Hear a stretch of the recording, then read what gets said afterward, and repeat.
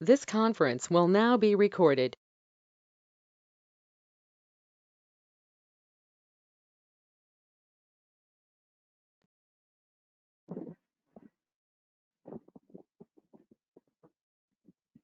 Good evening, everyone, and welcome in our today's webinar session. We hope everyone is fine and healthy. So, सभी का स्वागत है sir आज के session में। और आज जो है अनलॉक सीरीज का थर्ड वेबिनार, इम्प्लीमेंटेशन सीरीज में थर्ड वेबिनार हम लोग अटेंड कर रहे हैं। और कोशिश बस यही है आप सभी लोगों के साथ कि टॉपिक बेस्ड इम्प्लीमेंटेशंस आप लोगों की स्किल्स को एनहेंस किया जाए, नॉलेज को शेयर किया जाए और कैसे स्मूथली इम्प्लीमेंटेशन को कंप्लीट किया जाए, वो हम सब लोग चाहते हैं कि सभी लोगों को सभी पार्टिसिपेंट्स को नोन हो, पता हो, ताकि वो उसके अकॉर्डिंग सॉल्यूशंस दे सकें कस्टमर को और बिजी को और भी ज़्यादा एनहेंस कर सकें और पावरफुल बना सकें। तो सेशन को स्टार्ट करते हुए और ज़्यादा समय ना लेते हुए सभी से रिक्वेस्ट है, प्लीज़ सेशन के दौरान अपने माइक को म्यूट रखिएगा और कोई भी क्वेरीज और डाउट्स रहते हैं जो कि जनरली होने भी चाहिए सेशन के दौरान, तो प्लीज़ आप चैट बॉक्स के थ्रू हम तक आ जाइए और अपना चैट बॉक्स में नेम ड्रॉप कर दीजिए, इधर अपनी क्वेरी राइट कर दीजिए या फिर आप नोट डाउन भी कर सकते हैं अपने पास, जो हम कोशिश करेंगे सेशन के एंड में आप सभी लोगों के साथ 1-to-1 डिस्कस करके उनको रिजॉल्व किया जाए। तो सेशन में आज हमारे साथ हैं दीपक सर, जो हमें प्रेजेंट करेंगे इस वेबिनार सेशन को और शेयर करेंगे अपनी नॉलेज एक्सपर्टीज हमारे साथ। तो अब दीपक सर की तरफ I would like to call Deepak sir, please join this session and present us this webinar. So now over to Deepak sir. First of all, good evening everyone, and thank you for Vishal for the introduction. I hope आप सबको मेरी आवाज clear आ रही होगी। अगर किसी को आवाज में डिस्टरबेंस या कुछ भी इश्यूज आते हैं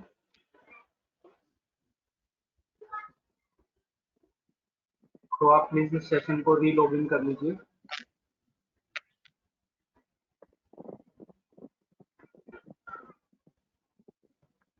विशाल sir, voice is clear? Yes, Deepak sir, your voice is audible. Just request है थोड़ा सा लाउडर बोलिएगा। आई थिंक कुछ डिस्टरबेंस भी है थोड़ा बैकग्राउंड से, तो जस्ट थोड़ा सा आप लाउडर बोलेंगे तो क्लियर होगा। बाकी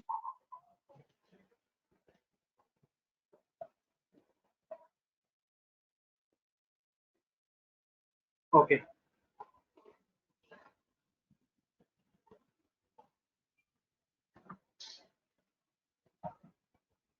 सो बेसिकली आज का जो हमारा वेबिनार है वो है implementation for retail counter. Retail counter कौन से ऐसे काउंटर होते हैं जिनको हम रिटेल बोलते हैं और क्या उनमें इम्प्लीमेंटेशन होता है, बिजी हमारे उसमें क्या हेल्प कर सकता है, बिजी ही क्यों वो जरूरी है वहाँ पर। तो इसके बारे में हम देखेंगे ऐसे कौन से फीचर्स बिजी में दिए गए हैं जो रिटेल काउंटर को एक सक्सेसफुल बनाते हैं, जिसमें उनका पूरा बिजनेस कंट्रोल होता है, पूरी इन्वेंट्री कंट्रोल हो जाती है, कैसे वो अपने बिजनेस की ग्रोथ करते हैं बिजी के थ्रू। तो वो आज हम देखेंगे इस वेबिनार के थ्रू। तो बेसिकली सबसे पहले मैं आपको बता दूं कि रिटेल काउंटर जैसे आपके बहुत सारे सेगमेंट्स होते हैं जिसमें भी आपकी रिटेल बिलिंग होती है, जहां कैश बिलिंग होती है, जहां फास्ट बिलिंग होती है, वो सारे as a retail counter call होते हैं। लेकिन जहां आपकी बहुत कम बिलिंग होती है या बड़े लेवल पे बिलिंग होती है, वो आज आपके डिस्ट्रीब्यूशन काउंटर होते हैं, डिस्ट्रीब्यूशन हाउस होते हैं। तो आज हम जो देखेंगे वो हम रिटेल काउंटर्स देखेंगे। रिटेल काउंटर्स में क्या क्या ऐसे फीचर्स यूज होते हैं जिससे हम उस बिजनेस की ग्रोथ को आगे ले सकते हैं। तो अब हम आगे अपने वेबिनार में बढ़ते हैं। सबसे पहले हम देखते हैं अपने बीजी के कुछ ऐसे एट्रीब्यूट्स जो रिटेल ही नहीं हर सेगमेंट्स के लिए मैंडेटरी होते हैं और जो उस बिजनेस के लिए बेनिफिशियल होते हैं।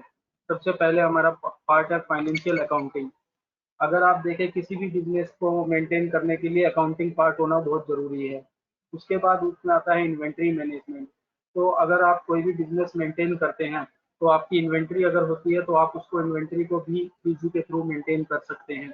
बीजी में हमने आपके लिए कॉन्फ़िगरेबल इनवॉइस और प्रिंटिंग दिया हुआ है, यानी कि आप अपने बिजनेस के अकॉर्डिंग कोई भी किसी भी तरीके का बिजनेस है उसके अकॉर्डिंग आप उसका प्रिंट फॉर्मेट जो होता है इनवॉइस का फॉर्मेट वो आप डिजाइन करके उसका प्रिंट आउट कर सकते हैं। जीएसटी रिलेटेड हमारा आपको मालूम ही है कि बीजी में सबसे पहले जीएसटी रिलेटेड चेंजेस आते हैं। मार्केट में कोई भी सॉफ्टवेयर आप कंपेयर कर सकते हैं, जीएसटी में सबसे पहले बीजी के अंदर ही चेंजेस होते हैं। गवर्नमेंट कोई भी चेंज करती है तो वो हमारा बीजी सॉफ्टवेयर सबसे पहले प्रोवाइड कराता है, और जीएसटी की कोई भी ऐसी कॉम्प्लाइंसेस नहीं है जो बीजी के अंदर अवेलेबल नहीं है। ऑर्डर प्रोसेसिंग हमने दिया हुआ है, प्रोडक्शन का पार्ट हमने दिया हुआ है जिसमें आपका बिल ऑफ मटेरियल बन के आपका प्रोडक्शन हाउस होता है। जॉब वर्क हमने दिया हुआ है, ऐसी बहुत सी यूनिट्स होती हैं जो केवल जॉब वर्क करती हैं। सर्विस इंडस्ट्रीज होती हैं। पेरोल का हमने पार्ट दिया हुआ है, जहाँ कॉर्पोरेट सेक्टर होते हैं, जो कॉर्पोरेट सेक्टर होते हैं उनमें एम्प्लॉय स्ट्रेंथ बहुत बड़ी होती है तो उनको पेरोल की रिक्वायरमेंट भी होती है, तो वो चाहते हैं कि हमारा जो सॉफ्टवेयर है वो कंसोलिडेट एक ही प्लेटफॉर्म पे काम करे, यानी कि अकाउंटिंग के लिए अलग ना हो, इन्वेंट्री के लिए अलग ना हो, पेरोल के लिए अलग ना हो। तो हमने बीसी के अंदर ही पेरोल का सेगमेंट भी दिया हुआ आपके एंटरप्राइज मॉडल में, जिसमें आप अपना पेरोल भी मैनेज कर सकते हैं। इंक्वायरी मैनेजमेंट, जहाँ आपकी कोल्ड कॉलिंग होती है साथ में लीड मैनेजमेंट होता है, वहाँ आपका इंक्वायरी मैनेजमेंट आता है, जिसके साथ साथ हमने कस्टमर सपोर्ट मैनेजमेंट भी दिया हुआ है। यानी कि जब आप एक कोल्ड कॉल करते हैं और उसको हॉट में कन्वर्ट करते हैं तो उसके बाद उसकी सपोर्ट मैनेजमेंट स्टार्ट होता है। जब उसको प्रॉब्लम्स आती हैं वो टिकट जनरेट करता है, आपके पास कॉल आती है, आप उसको क्या सॉल्यूशन प्रोवाइड कराते हो। तो इस तरीके का कस्टमर सपोर्ट मैनेजमेंट भी हमने बिजी के अंदर दिया हुआ है। बहुत सारी एमआईएस रिपोर्ट्स हमने दी हुई हैं जो ग्राफिकल प्रेजेंट करती हैं।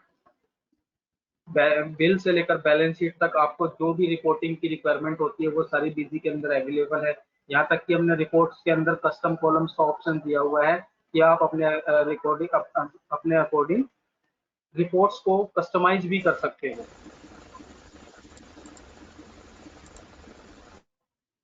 रिमोट एक्सेस भी आप बिजी से कर सकते हो, यानी कि आप रिमोटली कहीं पर भी हो बिजी को आप एक्सेस कर सकते हो। बिजी एक सेटअप बेस्ड फाइल होती है, आपने किसी भी एक लोकल मशीन पर इंस्टॉल कर दिया और आप वर्ल्ड वाइड कहीं पे भी होगे तो आप रिमोटली उसको एक्सेस कर सकते हो, जिसके लिए आपको आरडीपी या स्टैटिक आईपी की रिक्वायरमेंट होती है, वो आप आईएसपी से लेके आप इसको एक्सेस कर सकते हो।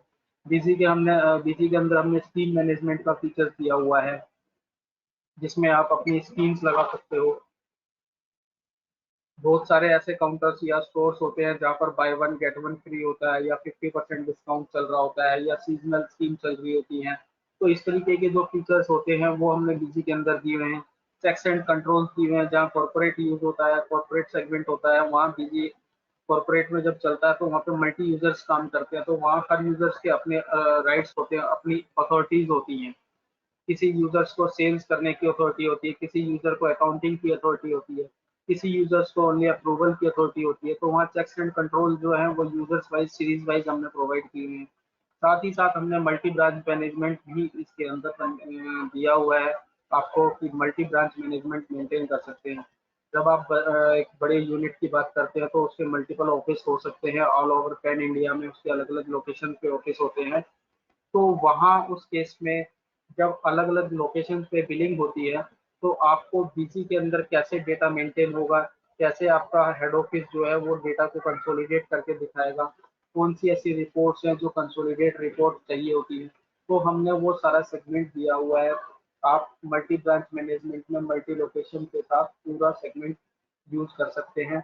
एचओबीओ जिसका हम नाम लेते हैं, एचओबीओ जो हम बोलते हैं हेड ऑफिस ब्रांच ऑफिस, तो उसमें आपका ऑनलाइन और ऑफलाइन दोनों तरीके का सेगमेंट हमने दिया हुआ है, जिसमें डेटा सिंक हो जाता है और आपको हेड ऑफिस में कंसोलिडेट्स रिपोर्ट्स भी मिल जाती हैं और उनका पूरा डेटा भी मिल जाता है। तो ये इस तरीके की बहुत सारी ऐसी चीजें हैं जो आपको बिजी के अंदर मिलती हैं। अब आ जाते हैं हम की बिजनेस सेगमेंट में। तो हमारे बीजी के ऐसे कौन से बिजनेस सेगमेंट है जो मेन सेगमेंट है, जिसमें हमारा बीजी बिना किसी कस्टमाइजेशन के, बिना किसी एडोन्स के चलता है। यानी कि हमारे को कुछ भी ऐसे अलग से कस्टमाइजेशन या कोई भी एडोन्स ऐसा नहीं देना पड़ता जिसकी कस्टमर को रिक्वायरमेंट हो। सबसे पहले हम देखते हैं हमारा गारमेंट स्टोर है। गारमेंट स्टोर में जो बिलिंग होती है वो बेसिकली ब्रांड, कलर, साइज इस लेवल पे बिलिंग होती है।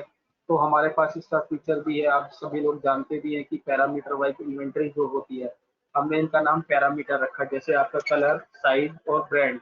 ये 3 चीज जो सेगमेंट है, ये तीनों आपके गारमेंट्स में यूज होते हैं।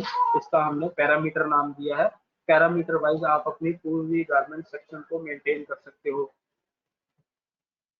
उसके बाद एफएमसीजी स्टोर है। एफएमसीजी स्टोर में आपकी एमआरपी वाइज बिलिंग होती है, जिसमें आपके प्रोडक्ट के मल्टीपल एमआरपी हो सकते हैं। तो वहां पर आपके एक ही प्रोडक्ट के अगर मल्टीपल एमआरपी होते हैं, तो आपको जब सेल करते हैं तो आपको कैसे पता चलेगा कि कौन सी एमआरपी का प्रोडक्ट देना है? तो वहां पर आपसे सॉफ्टवेयर ऑटोमेटिकली ऑप्शन दिखाता है। तो इस तरीके का ये हमारा बिजनेस सेगमेंट है, जो कि बीजी में बिना कस्टमाइजेशन के फुलफिल होता है। देन उसके बाद है ऑटोमोबाइल स्टोर, यानी कि ऑटोमोबाइल मतलब कि जो आपके व्हीकल्स होते हैं, व्हीकल्स में मल्टीपल पार्ट्स होते हैं। मल्टीपल पार्ट्स में क्या होता है कि एक ही पार्ट्स, ऐसे कुछ ऐसे पार्ट्स भी होते हैं जो अलग अलग गाड़ियों में या अलग अलग कंपनी की गाड़ी में यूज हो जाते हैं। जैसे क्लच प्लेट है, तो मारुति की क्लच प्लेट हो सकता है Hyundai i10 में भी यूज हो जाए, हो सकता है वो आपके मारुति 800 में भी यूज हो जाए, हो सकता है आपके वो स्कोडा में भी यूज हो जाए। लेकिन अब जब कस्टमर उसको लेने आता है तो अलग अलग डिफरेंट नेम से बोलता है। वो बोलता है Hyundai i10 की क्लच प्लेट दे दो, तो आपके पास तो एक ही क्लच प्लेट है। अब आपको कैसे उसको डिफाइन करना है कि वो Hyundai i10 के लिए है या वो मारुति 800 के लिए है? तो आपको क्या करना होता है, उसमें हमने पार्टी वाइज आइटम कोड का फीचर दिया हुआ है कि जो पार्टी जिस प्रोडक्ट को डील करती है उसी के नाम से हमने उसको कोड दे दिया है। तो आप जैसे ही Hyundai i10 क्लच प्लेट डालेंगे, आपका ऑटोमेटिक क्लच प्लेट पिक होके आ जाएगा।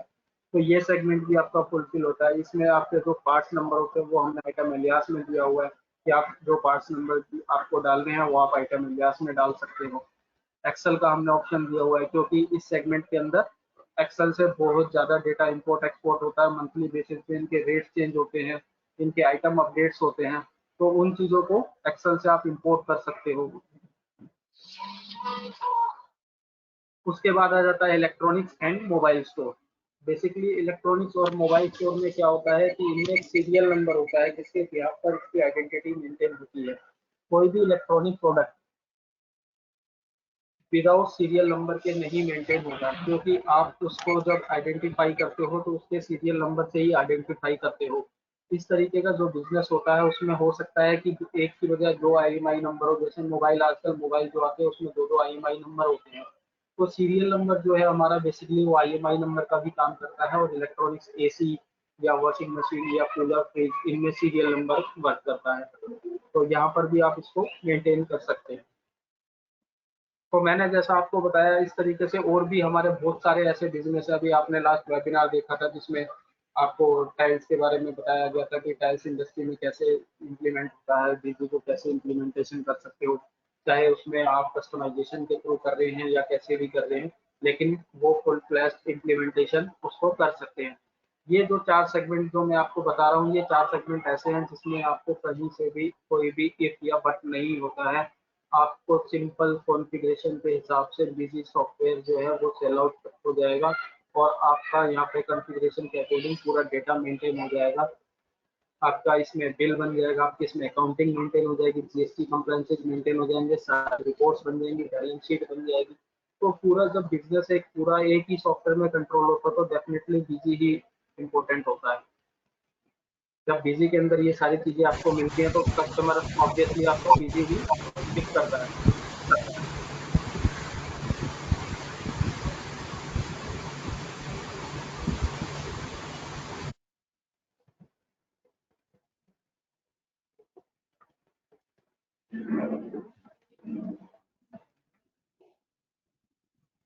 तो अब हम देख लेते हैं, इसमें से हम एक सेगमेंट पिक कर लेते हैं, गारमेंट स्टोर। कि गारमेंट स्टोर में ऐसी कौन से फीचर्स हैं, या ऐसी क्या सेगमेंट में ऐसी क्या क्वालिटी होती है जिसको हम बीजी में यूज कर सकते हैं। बीजी के अंदर ऐसे कौन कौन से फीचर हैं जो गारमेंट सेगमेंट में काम आते हैं या गारमेंट सेगमेंट को कंट्रोल करते हैं।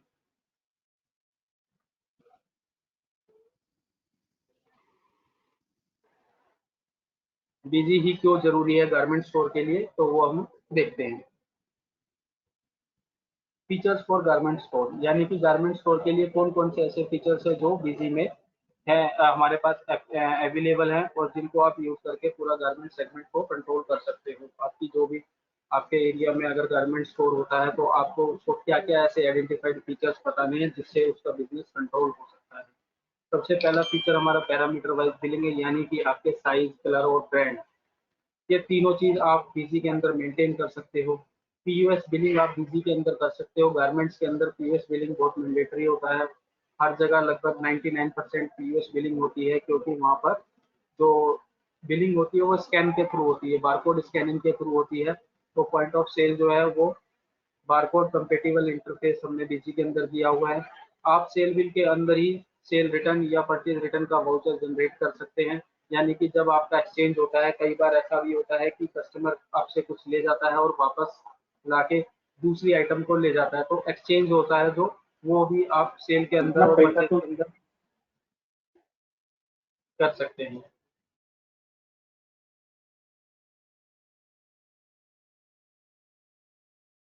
इसके साथ में हमने ब्रोकर ऑप्शन भी बीजी के अंदर दिया हुआ है। ब्रोकर यानी कि जो आपका एग्जीक्यूटिव जो काउंटर हैंडल कर रहा है, तो उसका भी ऑप्शन हमने दिया हुआ है कि वो आप बिल के अंदर आप उसको चूज कर सकते हैं। अगर आप उसका कुछ मार्जिन रखते हैं कि अगर वो सेल करता है तो उसका कुछ मार्जिन या कमीशन होता है, तो वो भी हमने बीजी के अंदर इम्प्लीमेंट किया हुआ है। वो भी हमने बीजी में दिया हुआ है कि आप बिलिंग के टाइम पर अपना सेल्समैन सेलेक्ट करके उसकी मार्जिन कमीशन सेट कर सकते हैं। मल्टीपल सेटलमेंट का ऑप्शन दिया हुआ है। आज की डेट में अगर आप देखेंगे तो सेटलमेंट बहुत जरूरी हो गया है, चाहे वो गारमेंट बिजनेस हो या कोई भी बिजनेस हो। जितने रिटेल काउंटर हैं सब जगह पे डिजिटल मोड का सिस्टम यूज होने लगा है, क्योंकि कैश की जो बिलिंग है वो बिलिंग कैश नहीं होती है, लेकिन जो उनकी पेमेंट जो होती है वो जनरली अब कैश की बजाय डिजिटल मोड में होने लगी है। लोग ज़्यादातर पेटीएम या फोन पे या गूगल पे यूज करने लगे हैं। तो हमने इसके अंदर मल्टीपल सेटलमेंट का ऑप्शन भी दिया हुआ है कि जैसे ही आप बिल सेव करेंगे, आपके पास मल्टीपल सेटलमेंट के ऑप्शंस ओपन हो जाएंगे, जिसमें आप अलग अलग कैटेगरी के अकॉर्डिंग आप अपनी पेमेंट को कलेक्ट कर सकते हैं।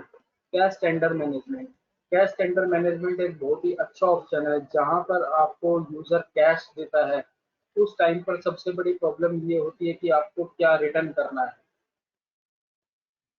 तो उसके लिए जनरली लोग कैलकुलेटर यूज करते हैं, तो वो भी आपको यूज नहीं करना है।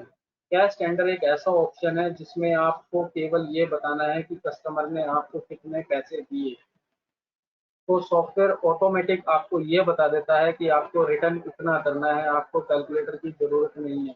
सॉफ्टवेयर में हमारे पास कंडीशंस हैं, ये वैलिडेशंस लगी हुई हैं कि सॉफ्टवेयर ऑटोमेटिक ये चेक करता है कि आपका बिल कितने का है, कस्टमर ने कितना पैसा दिया, उसको कितना रिफंड करना है। इसके बाद मेन जो पार्ट आता है वो है बारकोड डिजाइनिंग और इसकी प्रिंटिंग, जो कि जिसके बिहाफ पर ही पूरा बिल बनता है, उसी के बिहाफ पर ही आपका स्टॉक मेंटेन होता है, उसी के बिहाफ पर आप इसकी बिलिंग करते हैं।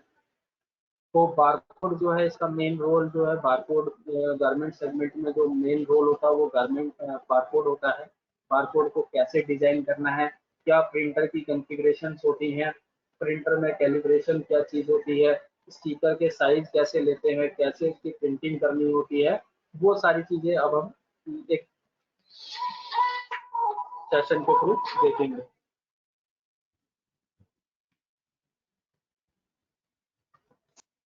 तो बेसिकली यहाँ पर मैंने आपको ये स्टिकर्स के रोल्स दिखाए हैं, जो कि इस तरीके के रोल्स होते हैं जो गारमेंट्स में यूज होते हैं, चाहे वो एक स्टिकर के हों या दो स्टिकर के हों या तीन या चार स्टिकर के रोल हो, या कुछ लोग A4 शीट भी यूज कर सकते हैं। लेकिन डिजाइनिंग जो होती है बेसिकली सबका जो डिजाइनिंग जो पार्ट है वो दोनों के लिए सेम होता है।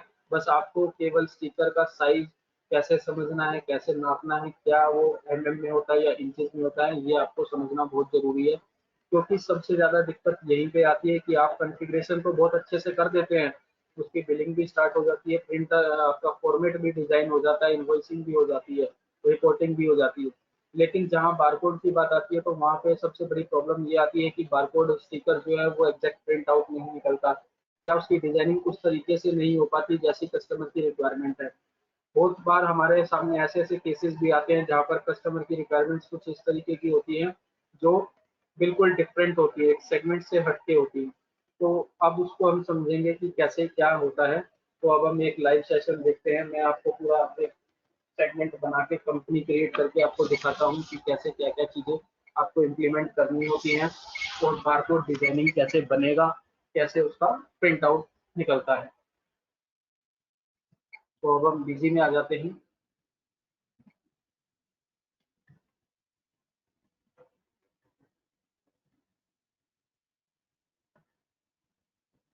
तो मैंने यहाँ पर एक कंपनी क्रिएट की हुई है, टू ब्रदर्स गारमेंट स्टोर।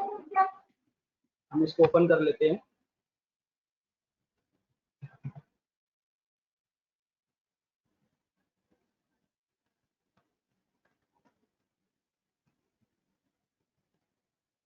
सबसे पहले कंपनी ओपन करने के बाद आपको कॉन्फ़िगरेशन करनी होती है सॉफ्टवेयर में कि आपका जो बिजनेस है उसके अंदर क्या क्या रिक्वायरमेंट्स होती हैं। उसकी रिक्वायरमेंट्स फुलफिल करने के लिए आपको कॉन्फ़िगरेशंस करनी होती हैं। तो आप क्या करेंगे, कॉन्फ़िगरेशंस में जाएंगे, कॉन्फ़िगरेशंस के बाद फीचर एंड ऑप्शंस में जाएंगे और आपको इन्वेंट्री में जाना है। इन्वेंट्री में जाने के बाद आपको सबसे पहला फीचर है अलाउ सेल्स रिटर्न इन सेल्स वाउचर। यानी कि जनरली जब आप, मैंने अभी आपको पीपीटी में भी बताया था कि आपके गारमेंट स्टोर में 95% ऐसे केसेस आते हैं कि कस्टमर आपसे प्रोडक्ट ले जाता है, बाद में उसका साइज सेट नहीं हुआ या कलर पसंद नहीं आया या कुछ भी उसमें कुछ प्रॉब्लम हो गई, तो वो उसको एक्सचेंज करने आता है, जिसके बदले वो दूसरा पीस ले जाता है। तो आपको सेल वाउचर में ही सेल रिटर्न का अगर एडजस्टमेंट करना है तो वो कैसे होगा, तो उसके लिए आपको अलाउ सेल्स रिटर्न इन सेल्स वाउचर का फीचर इनेबल करना है। उसके बाद आपको यहाँ पर पैरामीटराइज डिटेल, अगर आप यहाँ पर देखें तो पैरामीटराइज डिटेल को आपको कॉन्फ़िगर करना है। तो यहाँ पर हमारे पास जो पैरामीटर है वो मैक्सिमम पैरामीटर 3 है। 3 से ज़्यादा पैरामीटर आप बीजी में नहीं कॉन्फ़िगर कर सकते, ये आपको याद रखना है हमेशा कि 3 से ज़्यादा पैरामीटर आप बीजी में कॉन्फ़िगर नहीं कर सकते हैं।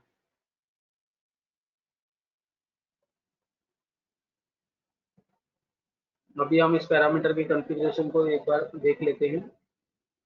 मैं एक बार इसमें से,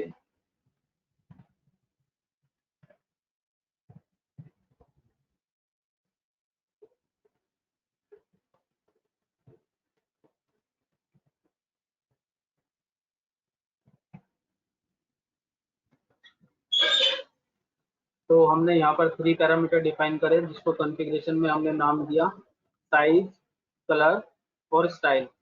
अब ये पैरामीटर 1 जो है साइज, बेसिकली यहाँ पर आपका साइज डिफाइन होगा। जब आप बिलिंग करेंगे यानी कि परचेज चढ़ाएंगे या सेल करेंगे तो किस साइज का आप वहाँ पर पीस कलेक्ट करने जा रहे हैं। यहाँ पर साइज में आपके पास जो कैरेक्टर है पैरामीटर के वो 20 कैरेक्टर है मैक्सिमम। अगर आप इसको 20 से ज़्यादा देंगे तो एक्सेप्टेबल नहीं होगा। उसके बाद यहाँ पर ओपन और प्री डिफाइंड का एक ऑप्शन दिया हुआ है, एंट्री टाइप यानी कि ओपन और प्री डिफाइंड। ओपन का मतलब ये होता है कि जब आप पैरामीटर परचेज एंट्री करेंगे तो वहां पर आपसे वो पैरामीटर पूछेगा कि आपको साइज क्या डालना है, 32 डालना है, 34 डालना है, 36 डालना है या 30 डालना है। लेकिन अगर आप प्री डिफाइंड कर देते हैं तो प्री डिफाइंड में क्या होता है कि यहाँ पर ही आपको वो साइजेस पहले से डिफाइंड करके रखने हैं। जनरली जहाँ पर छोटा स्टोर होता है वहाँ पर आप प्री डिफाइंड यूज कर सकते हैं, लेकिन उसकी कुछ लिमिट्स होती हैं। एक लिमिट्स के बाद वो प्रॉब्लम क्रिएट करने लग जाता है। तो इसलिए ओपन पैरामीटर जो होता है वो सबसे बेस्ट होता है, आप ओपन पैरामीटर रखिए। ऐसे ही सेम फिर आपने कलर में डिफाइन किया, फिर आपने स्टाइल डिफाइन किया, तो आपने तीनों पैरामीटर को यहाँ पर डिफाइन कर दिया। उसके बाद ऑप्शन आता है tick stock adjustment through drop down list. यानी कि जब आप स्टॉक एडजस्टमेंट करते हैं, स्टॉक एडजस्टमेंट कब होता है, इस लाइन का क्या मतलब है, स्टॉक एडजस्टमेंट आप सेल करते हैं। यानी कि जब भी आप सेल करेंगे तो आपकी जो स्टॉक की एडजस्टमेंट है वो ड्रॉप डाउन लिस्ट में शो करे या कैसे करें, तो यहाँ पर आपने यस कर दिया। उसके बाद एडजस्टमेंट विदाउट स्टॉक, अगर आप किसी स्टॉक को विदाउट स्टॉक के एंट्री करते हैं यानी कि आप किसी आइटम का बिना स्टॉक के एंट्री करते हैं तो यहाँ पर आपको वो वार्निंग दे या अलाउ करे या डोंट अलाउ करे।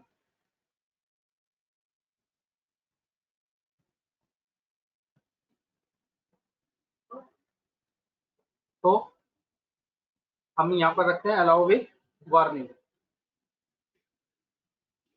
अब उसके बाद ऑप्शन आता है input transaction price and value for each parameter combination. यानी कि आपका जो डिस्काउंट या मार्कअप है, इसके नीचे अगर आप जस्ट नीचे देखें तो इनेबल पैरामीटर डिस्काउंट और मार्कअप, हर पैरामीटर का आप अपना डिफाइन कर सकते हैं ट्रांजैक्शन प्राइस और उसकी वैल्यू। जैसे क्या होता है कि आपका एक प्रोडक्ट है शर्ट, शर्ट में आपके मल्टीपल वेरिएंट्स हैं, हो सकता है ग्रीन कलर है, ब्लैक कलर है, ग्रे कलर है, व्हाइट कलर है, ब्लू कलर है। तो क्या सबका जो रेट है वो सेम है या सबका रेट डिफरेंट डिफरेंट है? मैं कहता हूँ सिर्फ कलर अलग है, साइज सबका एक है, तो क्या रेट चेंज हो सकता है? हो सकता है। अगर चेंज करना चाहें तो वो भी आप इसमें मेंटेन कर सकते हैं। इस ऑप्शन को आप जैसे ही टिक करेंगे आपको पैरामीटर वाइज डिफाइन करना होगा। यहीं पे आपको डिस्काउंट, यहीं पे आपको मार्कअप का भी फीचर दिया हुआ है। उसके बाद ऑप्शन है मेंटेन सेल प्राइस और maintain MRP, enforce full quantity allocation two parameters. तो यानी कि आप सेल प्राइस एमआरपी भी मेंटेन कर सकते हैं। जो थर्ड पॉइंट आता है जनरेट बारकोड नंबर। अब जो मेन पॉइंट है वो है generate barcode number. Barcode number आप जब भी जनरेट करते हैं तो वहां पर आपके पास ऑप्शन है कि बीसीएन आप ऑटोमेटिक जनरेट करना चाहते हैं या मैनुअल जनरेट करना चाहते हैं। अगर आप मैनुअल जनरेट करते हैं तो जब भी आप परचेज की एंट्री डालेंगे वहां आपको एक नंबर मैनुअली डालना पड़ेगा, और वो आपको याद रखना पड़ेगा कि आप कंटिन्यूटी में रखते हैं या आप क्या सीक्वेंस रखते हैं। ये आपके ऊपर डिपेंड करता है। डुप्लीकेट नंबर आप उसमें नहीं डालेंगे। या अगर आप ऑटोमेटिक रखते हैं तो ऑटोमेटिक में हमारे पास ऑप्शन है स्पेसिफाई बीसीएन जनरेशन बेसिस, यानी कि जो आपका बीसीएन है वो किस बेसिस पे जनरेट होगा। तो हमने यहाँ पर ऑप्शन दे दिया number of character for barcode 15, यानी जो मेरे बारकोड के नंबर्स होंगे उसके कितने कैरेक्टर होंगे, 15 कैरेक्टर मेरे बारकोड नंबर में होंगे।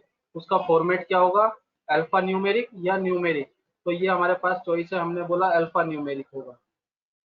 Unique BCN generation for each quantity, यानी कि हर क्वांटिटी का एक अपना यूनिक बारकोड होगा, या आपका कलर साइज और जो स्टाइल है उसके अकॉर्डिंग बारकोड नंबर होगा। हो सकता है 32 साइज की 10 शर्ट है, 10 शर्ट का एक बारकोड हो, या हो सकता है 32 साइज की 10 शर्ट है तो 10 का 10 अलग बारकोड हो। तो ये आप डिपेंड करता है आपके ऊपर कि आप unique BCN generation for each quantity use करते हैं या नहीं। उसके बाद अलाउ डुप्लीकेट ऑफ बीसीएन है। ये फीचर्स मैं अभी आपको नहीं बताऊंगा, इसका कुछ रोल अलग होता है, डिफरेंट होता है। जैसे कि मल्टीपल एमआरपी अगर आपकी होती है और उसमें बारकोड नंबर चेंज होता है तब हम इसको अलाउ करते हैं, तो यहाँ पर हम इसको यूज नहीं करते। इसके बाद आपको इस कॉन्फ़िगरेशन को सेव कर देना है और आपको यहाँ इस विंडो पर सेव कर देना है। अगर आप डिस्काउंट यूज करते हैं तो इसी विंडो में आपको आइटम वाइज डिस्काउंट मैं फिर से दिखा देता हूँ। आइटम वाइज डिस्काउंट में आप सिंपल डिस्काउंट या कंपाउंड डिस्काउंट आप अपने अकॉर्डिंग डिस्काउंट सेलेक्ट कर सकते हैं। आपने इसको सेव कर दिया। अब गारमेंट्स में एक सबसे बड़ी बात क्या होती है, वहाँ पे जो बिलिंग होती है वो किस रेट पर होती है। वहाँ पर जनरली बिलिंग जो होती है वो एमआरपी पे होती है। तो आपका सेल रेट एमआरपी कैसे बनेगा, यानी कि अगर आपको एमआरपी पर ही बिलिंग करनी है तो वो कैसे बनेगा। उसके लिए इन्वेंट्री में हमारे पास एक फीचर है item pricing mode in vouchers. इस पर जब आप क्लिक करते हैं तो यहाँ हमारे पास ऑप्शन आता है treat MRP as a sale price. तो आप इस पर टिक कर देंगे। जो लेफ्ट साइड विंडो है वो सेल के लिए होती है, जो राइट साइड विंडो है वो परचेज के लिए होती है। तो सेल में हमने ऑप्शन दिया हुआ treat MRP as a sale price. तो आपने इसको टिक कर दिया तो आपकी एमआरपी ही आपका सेल प्राइस बन जाएगी। उसके बाद अकाउंट सेक्शन में आते हैं। अकाउंट्स में आपको यहाँ पर बिल बाय बिल डिटेल अगर कॉन्फ़िगर करना है, ये अकाउंटिंग पार्ट है, ये आप कॉन्फ़िगर करना चाहते हैं तो कर सकते हैं। यहाँ पर हमारा जो मेन है वो है सेल्समैन ब्रोकर वाइज रिपोर्टिंग। इसको इनेबल करेंगे आप, और कॉन्फ़िगर करने के बाद यहाँ पर आपका जो कमीशन है वो वाउचर लेवल पे है। आपने सेल परचेज में दोनों में इनेबल करना है तो दोनों में कर सकते हैं। उसके बाद पेमेंट रिसिप्ट में करना है तो पेमेंट रिसिप्ट में कर सकते हैं। उनका कमीशन अगर डिफाइन करना है तो कमीशन आप बता सकते हैं। और सेल्समैन ब्रोकर आपसे पूछेगा तो कहाँ पे पूछे क्या कमीशन बनाना है, तो वो आपकी परसेंटेज आप यहाँ पे भी बता सकते हैं या स्पेसिफाइड बिलो भी कर सकते हैं। तो आपने बोला एज स्पेसिफाइड बिलो और 5%,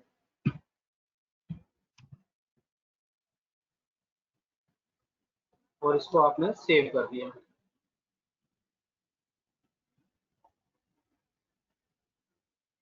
देन उसके बाद आते हैं वाउचर सीरीज कॉन्फ़िगरेशन में। अब हमारे को क्या करना है, वाउचर सीरीज कॉन्फ़िगरेशन में परचेज में आना है। सबसे पहले मेन पे आना है, आप अपनी सीरीज सेलेक्ट करेंगे। और वाउचर कॉन्फ़िगरेशन में आपको यहाँ पर एक ऑप्शन मिलेगा print item barcode after saving. तो ये ऑप्शन आपको यस करना है और कुछ नहीं करना, यहाँ पर सेव कर देना, ताकि जब भी आप प्रिंट परचेज बिल सेव करेंगे तो सेव करते ही आपका जो बारकोड नंबर जनरेट हुआ है परचेज में ऑटोमेटिक, वो आपका प्रिंट आउट भी निकल आए, ताकि जिस उसको चिपका कर आप अपने प्रोडक्ट पर चिपका करके उसको जब बिलिंग करेंगे तो उसको स्कैन करके बिल कर सकें। उसके बाद आपको फिर से वाउचर सीरीज कॉन्फ़िगरेशन में सेल में आना है। अब सेल में आते हैं तो सेल में मैंने आपको बताया था कि यहाँ पर जो गारमेंट सेगमेंट होते हैं यहाँ पर 95% पीओएस बिलिंग होती है, पॉइंट ऑफ सेल बिलिंग होती है, जिसे हम फास्ट बिलिंग भी कह सकते हैं। तो यहाँ पर पीओएस बिलिंग के लिए हमने ऑप्शन दिया हुआ है enable advance POS data entry. तो आप इसको यस करेंगे, यस करने के बाद कॉन्फ़िगर एडवांस पीओएस ऑप्शन पर क्लिक करेंगे। यहाँ आप जनरली जो फील्ड टाइप है वहां पर आपको ऑप्शन पूछता है फिक्स्ड, वेरिएबल और सेमी वेरिएबल। फिक्स्ड का मतलब ये होता है कि आप जब बिल करेंगे तो उस पर्टिकुलर पॉइंट को आप चेंज नहीं कर सकते, यानी कि अगर मैंने डेट बोला फिक्स्ड है तो फिक्स्ड में मैं वहां पर मेरा ना तो कर्सर रुकेगा ना ही मैं उसको चेंज कर सकता। सेकंड ऑप्शन है वेरिएबल, यानी कि मेरा कर्सर भी रुकेगा और मैं उसको चेंज भी कर सकता हूँ। थर्ड ऑप्शन है सेमी वेरिएबल। सेमी वेरिएबल का मतलब ये होता है कि मेरा वहां पर कर्सर स्टॉप नहीं करेगा, लेकिन अगर मुझे उसको चेंज करना है या मेरे को वहां पर क्लिक करके कुछ भी और एडिट करना है तो मैं कर सकता हूँ। वेरिएबल में कर्सर भी रुकेगा, आप चेंज भी कर सकते हैं। सेमी वेरिएबल में कर्सर आपका वहां पर स्टॉप नहीं करेगा, लेकिन आप अगर मैनुअल करेंगे तो आप वहां पर कर सकते हैं। फिक्स में आप उस पर क्लिक करेंगे तो वो चेंज ही नहीं होगा। तो हम इसको फिक्स ले लेते हैं, डेट को system system date. Sale type हमारा जो भी इंक्लूसिव हम रखते हैं, पार्टी में हम वेरिएबल कैश कर देते हैं, या सेमी वेरिएबल करना है तो सेमी वेरिएबल भी कर सकते हैं। सेल्समैन रिक्वायर्ड यस, जो कि हमारा वेरिएबल रहेगा। रोहित शर्मा हमने यहाँ पर एक सेल्समैन क्रिएट कर दिया। देन उसके बाद यहाँ पर कॉन्फ़िगरेशन आती है टिक आइटम नेम फ्रॉम बारकोड्स। इसको आपको यस करना है, यानी कि जैसे ही आप स्कैन करें, किसी भी प्रोडक्ट को स्कैन करें, आपका प्रोडक्ट विद पैरामीटर डिटेल वहां पर पिक होके आ जाए। आपको प्रोडक्ट एंट्री ना करना पड़े, आपको उसके पैरामीटर ना बताने पड़े। ये सेल बिल के लिए कॉन्फ़िगरेशन है, आपको सेल बिल करने हैं तो pick item name from barcode आप यस करेंगे। देन उसके बाद pick parameter from barcode no रखेंगे। कंसोलिडेट आइटम वाइल सेविंग, यानी कि आप जब बिल सेव करेंगे तो अगर आपके पैरामीटर्स जो है वो अगर सेम होते हैं या आपकी आइटम सेम होती है तो वो कंसोलिडेट होता है। उसके बाद शो आइटम एलियास, यहाँ पर आप जनरली जो यूज करना चाहें एमआरपी आप शो कर सकते हैं। उसके बाद यहाँ पर ऑप्शन आता है प्रायोरिटी आइटम और बीसीएम। तो जब आप अगर आप बारकोड से स्कैन करते हैं तो आपकी प्रायोरिटी हो जाती है बीसीएम, लेकिन अगर आप बारकोड यूज नहीं करते हैं तो आपकी प्रायोरिटी क्या हो जाती है, आइटम। तो सेकंड प्रायोरिटी हमने आइटम को दिया, फर्स्ट प्रायोरिटी हमने बीसीएन को दिया, यानी कि पहले हमारा स्कैन ही होगा तभी प्रोडक्ट पिक होगा। अगर वो बारकोड नंबर हमारे स्टॉक में नहीं है तो हम आइटम को काउंट करेंगे। देन उसके बाद नीचे quantity semi variable, by default हम यहाँ पर 1 क्वांटिटी रख सकते हैं। यूनिट हमारा semi variable, list price semi variable, discount हम वेरिएबल कर देते हैं। बाकी चीजें हमने सेमी वेरिएबल और बिल सेंट्री हमने यहाँ पर एक वेरिएबल ओपन किया। उसके बाद हमारे पास ऑप्शन है सेटलमेंट। सेटलमेंट यानी कि जब आप बिल सेव करेंगे तो कस्टमर आपको किस मोड में पेमेंट देता है ये उसके ऊपर डिपेंड करता है। तो जैसा मैंने अभी आपको बताया था कि जनरली लोग आज की डेट में डिजिटल मोड यूज करते हैं, गूगल पे, फोन पे, पेटीएम वगैरह से पेमेंट करते हैं। तो वहां पर आपको सेट करना होता है कि आप किस लेजर को सिलेक्ट करते हैं। तो यहाँ सेटलमेंट में आपको टिक करना है, कैश में आपको कैश का ही लेजर सिलेक्ट करना है। उसके बाद क्रेडिट कार्ड में आप यहाँ पर बैंक सेलेक्ट कर सकते हैं। यहाँ थर्ड टिक करते हैं तो यहाँ पर आप एक नया लेजर बना लीजिए, अगर उसको नाम दे देते हैं गूगल पे।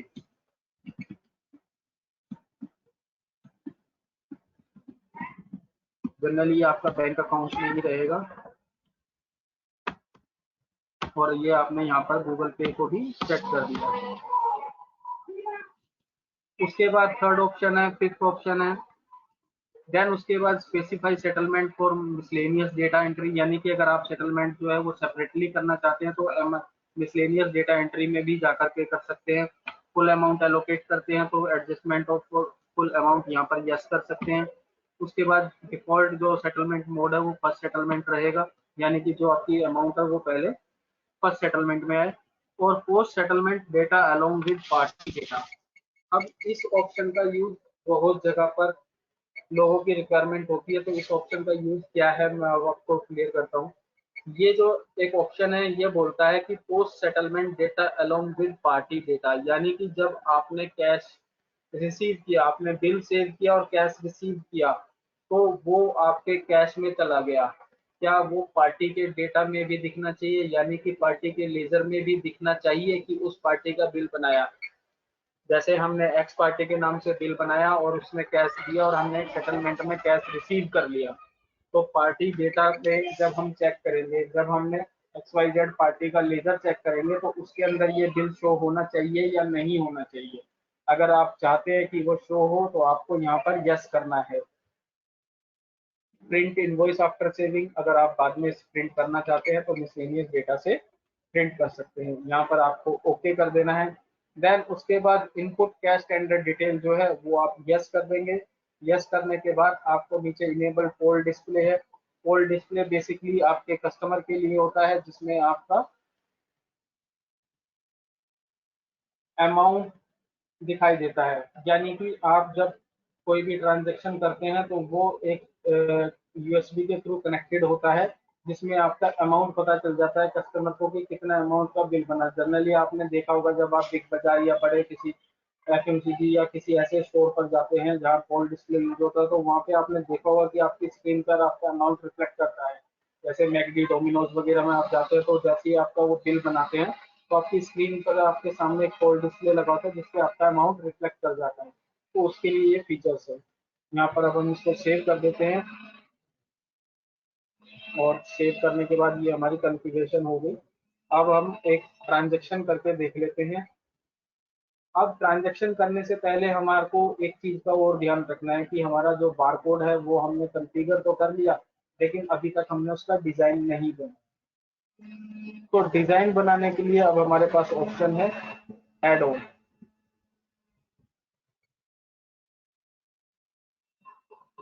यहाँ जाएंगे, ऐड ऑन में जाएंगे, configure barcode label, configure barcode level में जाएंगे।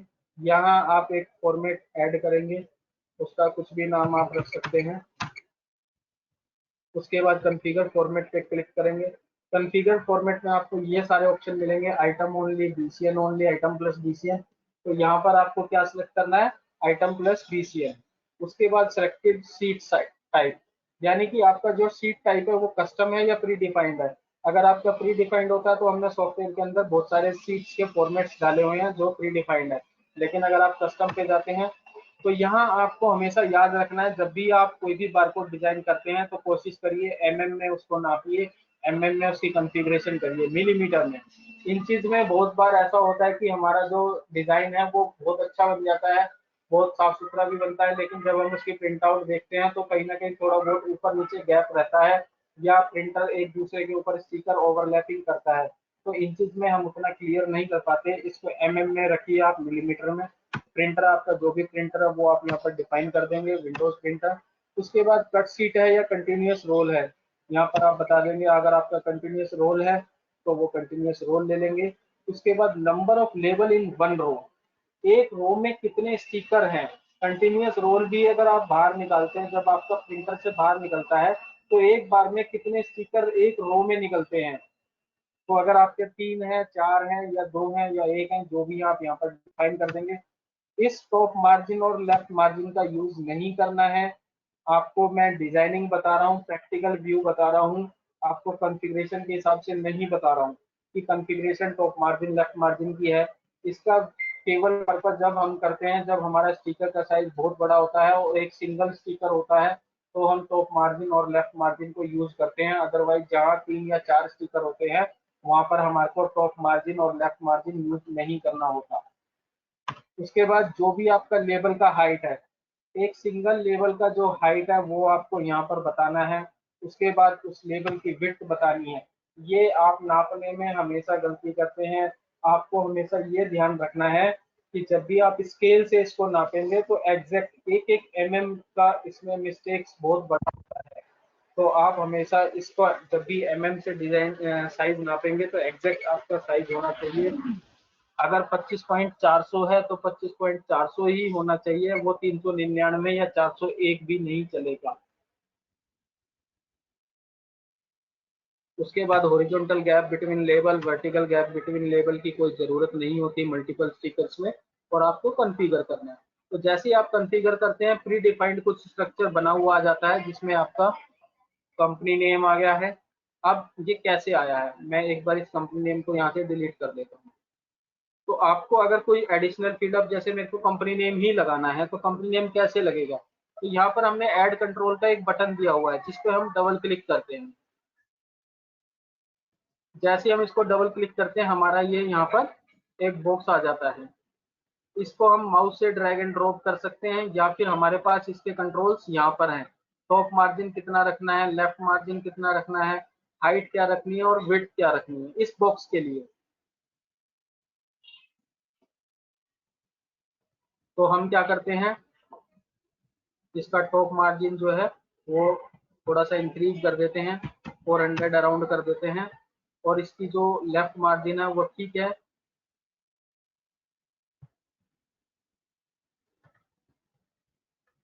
5.800 कर देते हैं, और जो हाइट है वो हाइट हम कर देते हैं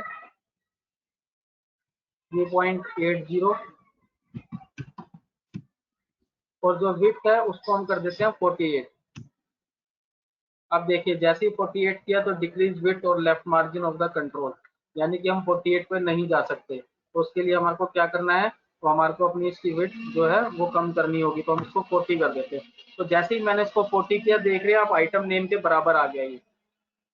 तो यानी कि जो पहला डायलॉग बॉक्स है उसको मैंने सेट कर दिया, बाकी के अब जब मैं नीचे बनाऊंगा तो इसी साइज में मैं उसको कॉन्फ़िगर करता हुआ चलूंगा। तो अब इसके अंदर मेरे को अगर कुछ प्रिंट कराना है तो क्या प्रिंट कराना है, तो यहाँ पर मेरी जो कॉन्फ़िगरेशन होती है,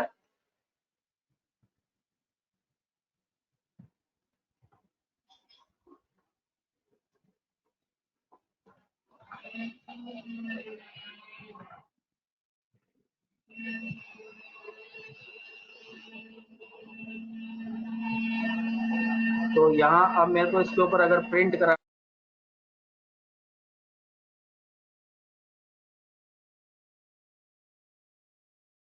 तो यहाँ आपको अगर अब प्रिंट कराना है तो क्या से, यहाँ पर आपको क्या सिलेक्ट करना है, यहाँ पर आपके पास ऑप्शन आता है टाइप में, barcode, data field, image, plain text, QR code. तो यहाँ आपको अगर कुछ डेटा प्रिंट कराना है तो आपको डेटा फील्ड सेलेक्ट करना है, और जितनी भी यहाँ पर कमांड्स हैं वो सारी यहाँ पर दी हुई हैं, तो जो आप यूज करना चाहें वो यूज कर सकते हैं। हमने बोला कंपनी नेम। कैप्शन क्या चीज होती है वो भी मैं आपको नेक्स्ट टैब में बताता हूँ, कैप्शन किस लिए यूज होता है। अब आपको यहाँ पर ये टॉप और इसका लेफ्ट का हाइट का ये सारा क्लियर हो गया है, ये हमने आपको बताया अभी कि top, left, height, width, margin क्या होता है। उसके बाद यहाँ पर प्लेसमेंट ऑफ टेक्स्ट, हॉरिजॉन्टल और वर्टिकल। अगर आप इसको हॉरिजॉन्टल देखते हैं तो आपको ये सामने स्क्रीन पर दिखाई दे रहा है, लेकिन जैसे आप इसको वर्टिकल करते हैं तो ये क्या हुआ, यानी कि सी। आपको मैं दिखाता हूँ कैसे इसको हम बड़ा करते हैं थोड़ा। ये देखो, ये वर्टिकल जो है वो इस तरीके से आएगा आपका। तो बहुत जगह पे रिक्वायरमेंट आती है कि हमारा जो टेक्स्ट है वो वर्टिकल आना चाहिए, तो वर्टिकल जो हमारे पास जो ऑप्शन है वो वर्टिकल इस तरीके से देने का ऑप्शन है। हम इसको और दूसरे मोड में नहीं ले जा सकते, हमारी भी कुछ लिमिट्स हैं। तो आपके पास दो ही चॉइस है यहाँ पर, वर्टिकल और हॉरिजॉन्टल, और आप इसको हॉरिजॉन्टल करते हैं तो आपका ये इस तरीके से आता है।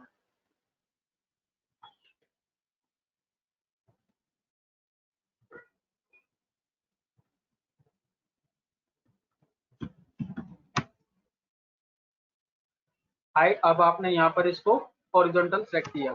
उसके बाद अलाइनमेंट है। अलाइनमेंट इस बॉक्स के अंदर आपका जो अलाइनमेंट है वो लेफ्ट होना चाहिए, राइट होना चाहिए, सेंटर होना चाहिए। अगर आप लेफ्ट करते हैं तो आपको देखो कैसे दिखता है, ये कंपनी नेम जो है आपका बिल्कुल लेफ्ट में चला गया। लेकिन अगर आप इसको राइट करते हैं तो आपका राइट में चला गया, आप इसको सेंटर करते हैं तो सेंटर में रहेगा। देन उसके बाद ड्रॉ बॉक्स, अगर आप इसको यस कर देते हैं तो आप नीचे प्रीव्यू में देखिए यहाँ पे एक ड्रॉ बॉक्स बन के आ गया। ये अगर आप मेरा माउस देख रहे हैं तो ये प्रीव्यू है बारकोड का, जिसके अंदर आपका एक ड्रॉ बॉक्स बन के आ गया। तो आप इसको नो करेंगे। अगर आप इसको कलर वाइज यूज करना चाहते हैं तो कलर भी यूज कर सकते हैं।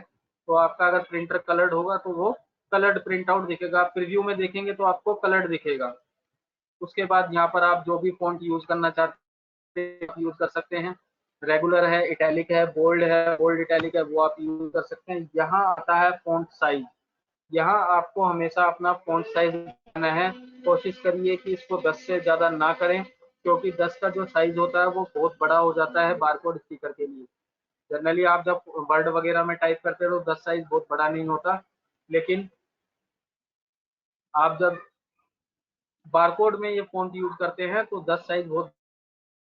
उसके बाद स्ट्राइक आउट, ये आपका बीच में लाइन के लिए होता है, अंडरलाइन हो गया है। और मैक्सिमम कैरेक्टर, यानी कि ये जो कंपनी नेम प्रिंट करेगा इसमें मैक्सिमम कैरेक्टर कितने आ सकते हैं। तो हमारी जो यहाँ पर मैक्सिमम कैरेक्टर है वो 40 है। तो हमारा जो कंपनी नेम है वो 40 कैरेक्टर तक का यहाँ पर प्रिंट हो सकता है। उसके बाद सेम आइटम नेम में भी यही कॉन्फ़िगरेशन अब आ जाता है बारकोड की लाइंस। बारकोड की लाइंस के लिए आपको यहाँ पर जो फील्ड सेलेक्ट करनी है टाइप, वो लेना है बारकोड। उसके बाद यहाँ पर आपको बारकोड नंबर लेना है। तो आपका जो बारकोड नंबर पैरामीटर में डला हुआ है वो नंबर यहाँ पर आएगा। उसके बाद बार विड्थ, ये आपको कभी भी चेंज नहीं करनी है। बार विड्थ हमेशा 10 रहेंगी, क्योंकि हम इसके अंदर 428 फॉन्ट यूज करते हैं। 428 की जो बार विड्थ होती है वो 10 होती है। अगर आप उससे ज्यादा ले जाते हैं तो आपको वहां पर प्रीव्यू में नहीं, वो प्रिंटिंग में इफेक्ट करता है। जब आप उसको स्कैन करते हैं तब उसको इफेक्ट करता है। ये जो बार विड्थ का मतलब होता है ना, वो ये होता है कि आपकी जो एक मोटी लाइन है, फिर पतली लाइन है, फिर एक मोटी लाइन, फिर 3 पतली, फिर एक मोटी, फिर एक पतली, फिर एक मोटी, फिर 2 पतली, फिर 3 मोटी। तो ये प्रिंटिंग जो सीक्वेंस है ना, इसका क्या मतलब होता है, इसके पीछे एक बहुत बड़ा सेगमेंट होता है। जो फॉन्ट यूज होता है ना, वो ये लाइनों के अंदर होता है। तो ये आपको कभी भी चेंज नहीं करना है। उसके बाद है बारकोड कैप्शन। आपने देखा होगा कई जगह पे बारकोड होता है जिसमें बड़ी पतली पतली लाइन होती है, EN13 होता है जो। तो EN13 जो होता है वो बहुत पतली पतली लाइनों के अंदर होता है, सारा डेटा उसी के अंदर होता है। तो यहाँ पर आपको चेंज नहीं करना है। बारकोड कैप्शन, बारकोड कैप्शन का मतलब होता है कि जो ये लाइनें हैं, बार्स हैं, इनके नीचे वो बारकोड नंबर, पैरामीटर में जो बारकोड नंबर आया है या ना आए। अगर आप नो कर देते हैं तो आप प्रीव्यू में देखिए बारकोड कैप्शन, जैसे ही यस करते हैं तो यहाँ बार कैप्शन लिख के आ रहा है, तो वो नंबर आएगा। उसके बाद अप्लाई रोटेशन। यहाँ रोटेशन जो हमने दी हुए है वो एंगल वाइज दी हुई है, 90, 80, 270, 360। तो यहाँ आप अपने रोटेट भी कर सकते हैं। उसके बाद आपका ये साइज, लेफ्ट राइट विड्थ, ये सेम वैसे ही रहेगा। Colour, font name, font size as it is है। उसके बाद जो ये फॉन्ट साइज है, ये आपका फॉन्ट साइज होता है जो नीचे नंबर प्रिंट करेगा उसका साइज कितना होना है। बारकोड की लाइन का साइज नहीं होता ये होता है आपकी जो नंबर्स प्रिंट करेगा उसका साइज कितना करना है। उसके बाद आ जाते हैं हम नेक्स्ट स्टेप पे। स्टेप आपका पैरामीटर है, डेटा फील्ड लेंगे। उसके बाद पैरामीटर 1 की वैल्यू आपने लिया कि पैरामीटर मेरा 1 वैल्यू क्या है, साइज। तो साइज कैसे आएगा, आप यहाँ पर लिखोगे साइज, ये का साइज है।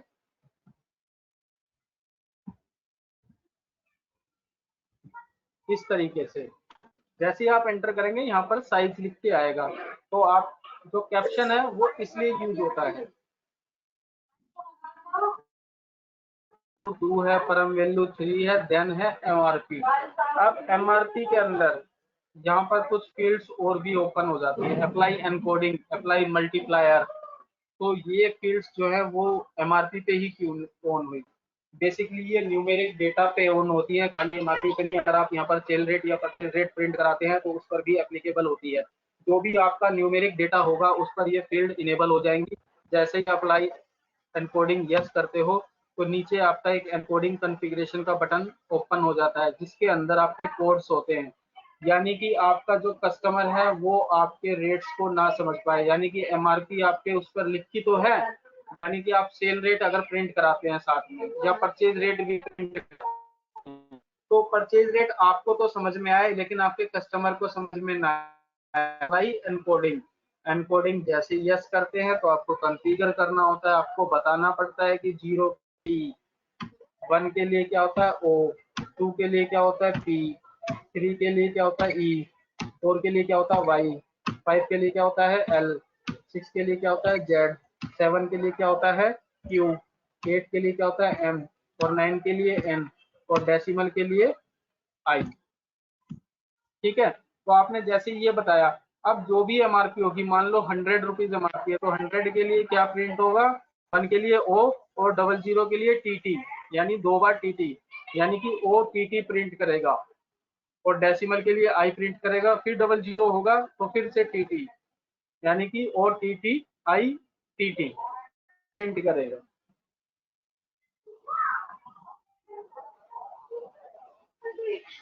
या मल्टीप्लायर है, अप्लाई मल्टीप्लायर, तो आप बोलते हैं कि मेरा जो भी एमआरपी है वो यहाँ पर 5 से मल्टीप्लाई होके प्रिंट करे। अगर एमआरपी 100 है तो स्टिकर पे 500 ऑटोमेटिकली 5 से मल्टीप्लाई हो जाएगा। तो यहाँ पर इन ऑप्शंस का ये यूज था। तो अभी मैं एनकोडिंग बंद कर देता हूँ और इसको ओके करके अब एक फटाफट एक ट्रांजेक्शन कर लेते हैं। हम परचेज एंट्री डालते हैं, सेल ट्रांजेक्शन में जाएंगे, परचेज में जाएंगे, सीरीज सेलेक्ट करेंगे, अपना वाउचर नंबर जो भी रहेगा,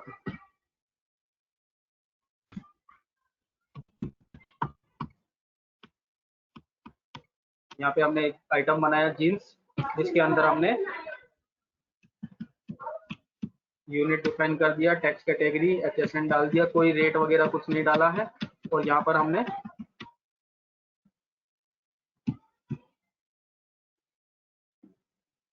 ऑप्शन पैरामीटर डिटेल यस हो गया बाय डिफॉल्ट, मेंटेन BCN भी यस हो गया है। अगर इस आइटम का आप BCN मेंटेन नहीं करना चाहते तो यहाँ पर नो कर देंगे, पैरामीटर ओनली पैरामीटर डिफाइन होगा। उसके बाद आपने सेव किया, इस आइटम को सिलेक्ट किया और इसकी 4 पीस की एंट्री आपने ली, और उसके बाद यहाँ आपको बताना है साइज। तो आपने बोला कि 30, कलर क्या है, आपने बोला डार्क ब्लू, स्टाइल कौन सा है, हमने बोला रफ, एमआरपी कितना है, हमने बोला 1899, क्वांटिटी कितनी हमने बोला 1, प्राइस कितना है, हमने बोला 1500 परचेज प्राइस। आपका देखो ऑटोमेटिक बारकोड नंबर यहाँ पर जनरेट हो गया है। उसके बाद आपने बोला 32, ये आपने बोला ग्रे, ये आपने बोला स्लिम फिट, यहाँ आपने बोला एमआरपी ये है, इसके 2 पीस हैं, और इसका परचेज प्राइस कितना है, इसका आपने परचेज प्राइस डाला, ऑटोमेटिक आ गया। उसके बाद आपने बोला 34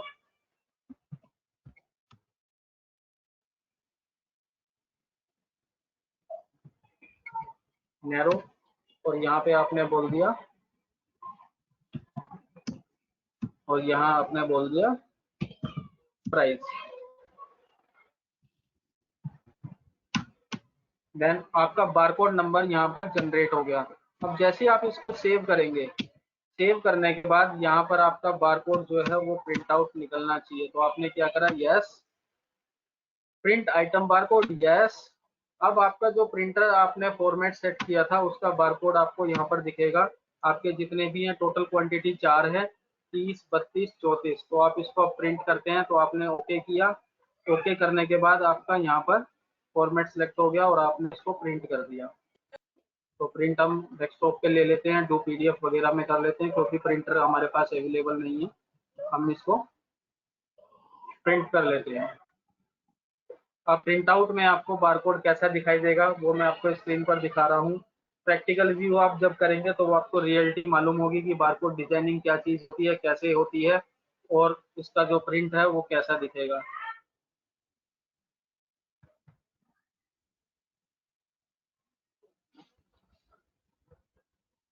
तो ये हमारा बारकोड जो है वो रेडी हो गया है। तो यहाँ आप देखेंगे तो two brothers garment store company name आ गया है, आपका जीन्स आइटम नेम आ गया है, आपका बारकोड की लाइनें आ गई हैं, बारकोड नंबर आ गया है, साइज आ गया है, स्टाइल आ गया है, एमआरपी आ गया है, और कलर आ गया है।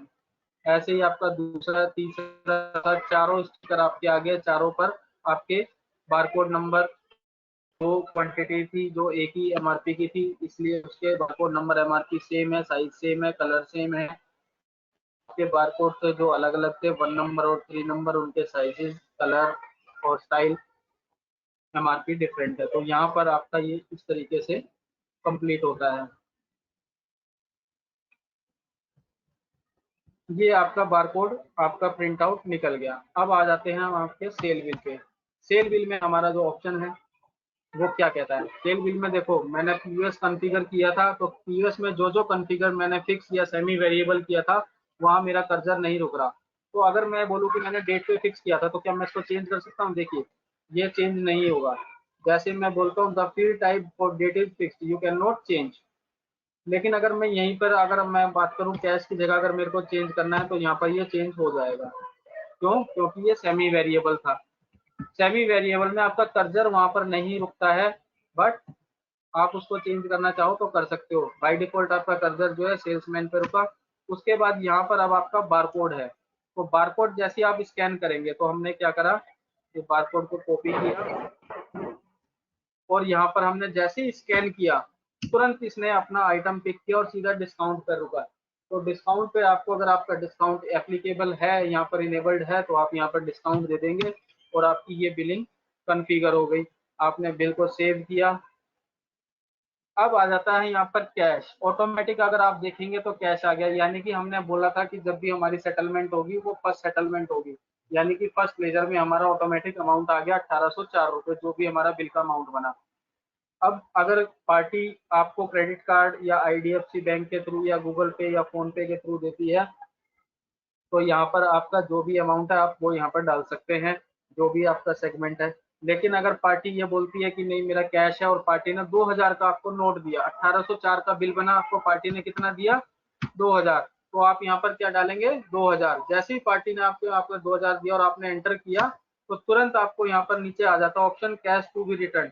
इसको आप प्रिंट आउट भी करा सकते हैं इनवॉइस के ऊपर, जिससे पार्टी को भी फायदा मिले कि कितना पैसा उसने दिया था, कितना उसको रिटर्न मिला और कितने का उसका इनवॉइस बना। तो ये जो था ये बेसिकली सेटलमेंट ऑप्शन था और कैश टू बी रिटर्न था। यहाँ आपका ये ओके होता है कॉन्सेप्ट। यहाँ परसेंटेज, अब सेल्समैन की अगर आपको परसेंटेज हमने आपकी वहाँ पे डिफाइन की हुई थी और यहाँ पर उसकी वाउचर पोस्टिंग भी ऑटोमेटिक हो जाएगी। तो अगर आप सेल्समैन के लेजर को देखेंगे तो सेल्समैन हमारा कौन है? रोहित शर्मा। अब हम आ जाते हैं, ऑल्ट एल करते हैं और रोहित शर्मा को देखते हैं। तो आप यहाँ देखेंगे तो रोहित शर्मा के नाम से भी उसकी जो कमीशन की थी वो पोस्ट हो चुकी है।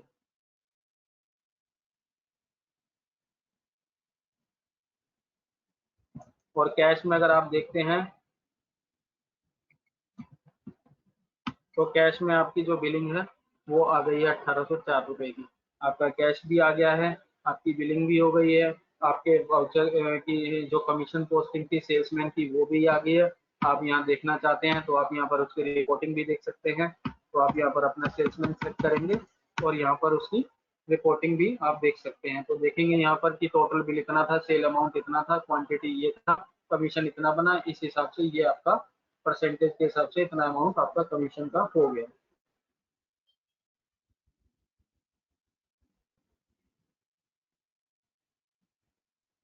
अब बेसिकली जनरली दिक्कत क्या होती है जब आप बारकोड स्कैन करते हैं, तो स्कैन करते टाइम आपको 90% दिक्कत आती है कि आपका जो बारकोड नंबर है वो स्कैन तो हो रहा है बट डिफरेंट आइटम पिक कर रहा है। तो उसके लिए क्या सेटिंग्स होती है, क्या चीजें ऐसी होती है जो कि बहुत जरूरी होती है। तो उसका बीजी से कोई रोल नहीं है, वो एक सिस्टम की सेटिंग्स होती हैं। वो मैं आपको अभी दिखा देता हूँ क्या सेटिंग्स होती हैं जो आपको हमेशा बारकोड के केस में करनी होती हैं। तो आपको क्या करना है, आप स्टार्ट पे क्लिक करेंगे, कंट्रोल पैनल खोलेंगे। कंट्रोल पैनल में जाने के बाद आपको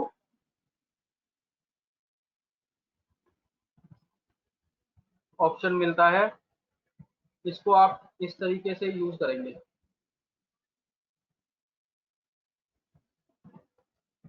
कैटेगरी वाइज। अगर कैटेगरी वाइज होता है तो इस आपको ऐसा दिखेगा, और अगर आपको ये यहाँ पर इस तरीके से दिखेगा, तो दोनों में कोई फर्क नहीं है। आपको यूजर अकाउंट पे क्लिक करना है। यूजर अकाउंट में जैसे ही आप जाते हैं तो आपको यहाँ पर एक ऑप्शन आता है change user account control setting. इस पे आपको क्लिक करना है। क्लिक करने के बाद आपको सबसे पहले ये ड्रॉप करना है, 90% ये यहाँ पर होता है। जब भी आप कभी भी कोई भी चीज ऑन करते हैं, रन करते हैं या कुछ भी खोलते हैं तो आपको यस और नो की एक विंडो आती है, तो वो यस नो यहीं से आता है। आपको इसको नेवर नोटिफाई पे करके ओके करना है, तो ये आपको ध्यान रखना है। उसके बाद वापस कंट्रोल पैनल में आना है। कंट्रोल पैनल में आने के बाद आपको कहाँ पर जाना है, रीजन्स में। रीजन में जाने के बाद अगर आपकी विंडो 7 है तो विंडोज 7 में आपको क्या करना है, एडिशनल सेटिंग में जाना है, टाइम पर जाना है। टाइम पर यहाँ पर आपको HHMMTT लेना है और डेट में आपको DDMMYY ये वाला यूज करना है इसी सेम में। ये होता जनरली लास्ट में है और आपके 3M होते हैं, तो आपको रिमूव करना 1M और डबल Y करना है और अप्लाई ओके कर देना है। और लैंग्वेज जो आपकी रहेगी वो हमेशा इंग्लिश यूनाइटेड स्टेट रखनी है। लेकिन अगर यही आपकी विंडो 10 होती है तो क्या कंडीशन होती है, तो विंडो 10 में आपको लैंग्वेज यूनाइटेड स्टेट ही रखनी है और एडमिनिस्ट्रेटिव पर क्लिक करना है, चेंज सिस्टम लोकल पे क्लिक करना है, अप्लाई करना है। देन यहाँ पर एक छोटी सी विंडो खुलेगी रीजन सेटिंग्स की, जिसके अंदर भी आपको इंग्लिश यूनाइटेड स्टेट लेना है और यहाँ एक टिक लगा होता है, ये टिक आपको हटाना है। अगर नहीं लगा हुआ है तो बहुत अच्छी बात है और लगा हुआ है तो ये आपको हटाना है। उसके बाद आपकी जो सेटिंग्स हैं वो कॉन्फ़िगर्ड हो चुकी हैं। अब जब आप अपने बारकोड को स्कैन करेंगे तो ऑटोमेटिक आपका जो बारकोड है वो आपका एकदम बढ़िया स्कैन होगा। तो इस तरीके से आज का हमारा वेबिनार था जो कि कंप्लीट होता है। अब मैं विशाल जी से रिक्वेस्ट करूंगा कि आप आगे क्वेरी सेशन को प्लीज हैंडल करें और आप लोगों की अगर किसी की कोई क्वेरी है किसी रिलेटेड तो आप प्लीज डिस्कस कर सकते हैं। Thank you everyone. Thank you, thank you Deepak sir. Thank you Deepak sir for this wonderful session and presentation. I hope काफी सारी क्वेरीज आज के सेशन के जरिए रिजॉल्व हुई होंगी टेक्निकली, बट फर्दर सभी से रिक्वेस्ट है मेरी, अगर कोई आपकी क्वेरीज है बारकोड फॉर्मेट से रिलेटेड स्पेसिफिकली या पीओएस कॉन्फ़िगरेशन से रिलेटेड, स्कैनिंग से रिलेटेड, तो प्लीज आप अपना जो नेम है एक बार चैट बॉक्स में ड्रॉप कर दीजिए and we will announce your name, then you will ask your query.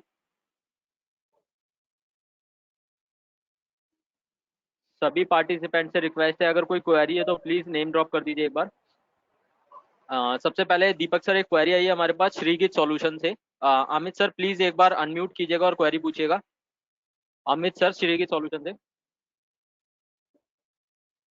Sir good evening.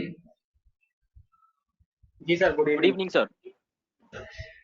Sir query था बीसी प्रिंटिंग में, जी बारकोड प्रिंटिंग में जब हम परचेज वाउचर जब इनवर्ट देते हैं हाँ तो उसके बाद समझे मैंने एक 7-8 आइटम इन्वर्ट ले लिए आइटम से, लेकिन हर आइटम में एक 20-25 प्रोडक्ट्स है, उसके अंदर क्वांटिटी है हर आइटम में, राइट कुछ में 20 है, कुछ में 25 है, कुछ में 50 है। राइट लेकिन अगर मुझे सिर्फ पर्टिकुलर एक दो आइटम को ही प्रिंट करना है या फिर समझे मैं प्रिंट करते कुछ अटक गया मेरा प्रिंटर में या राइट। फिर प्रिंटिंग हो गया तो मुझे पर्टिकुलर रिमेनिंग पार्ट से ही प्रिंट करना है, तो वो मैं कैसे करूं?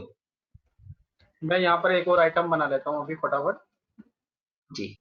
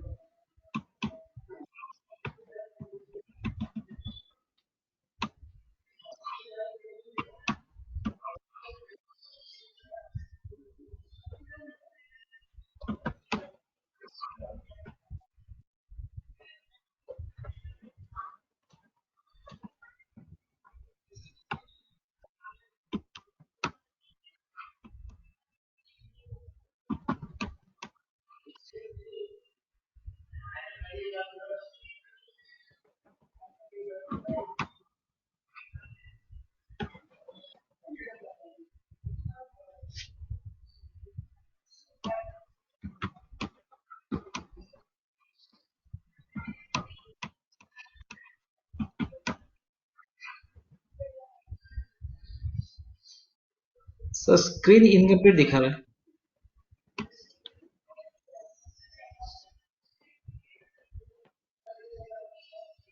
दीपक सर स्क्रीन पॉज हो गई है आपकी। एक मिनट एक मिनट। हम्म। अभी क्लियर है? थोड़ा पैरामीटर की विंडो अभी स्टक हो रही है, स्क्रीन स्टक है पैरामीटर विंडो पर परचेज वाउचर में। बारिश हो रही। Now it is okay. नहीं, आप कुछ टाइप कीजिए तो एक बार आप उसमें कुछ शेयरिंग ऑफ पॉज। करके वापस शेयर कीजिए।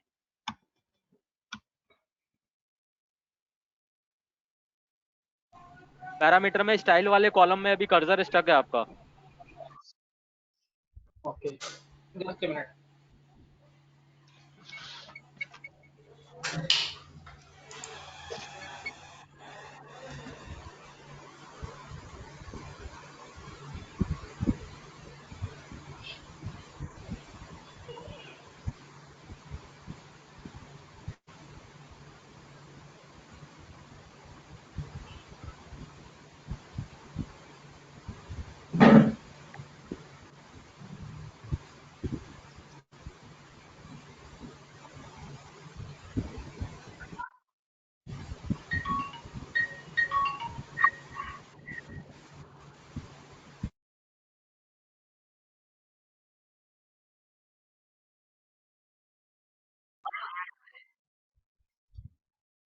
हाँ, it Deepak is sir okay. अभी मूव कर रहा है स्क्रीन आपका, ठीक है। हाँ सर, ओके स्क्रीन ओके, ठीक है। अभी मूव कर रहा है। तो सर मैंने ये वाउचर सेव कर लिया है ठीक है। और अब मैं प्रिंट आइटम बारकोड यस करता हूँ।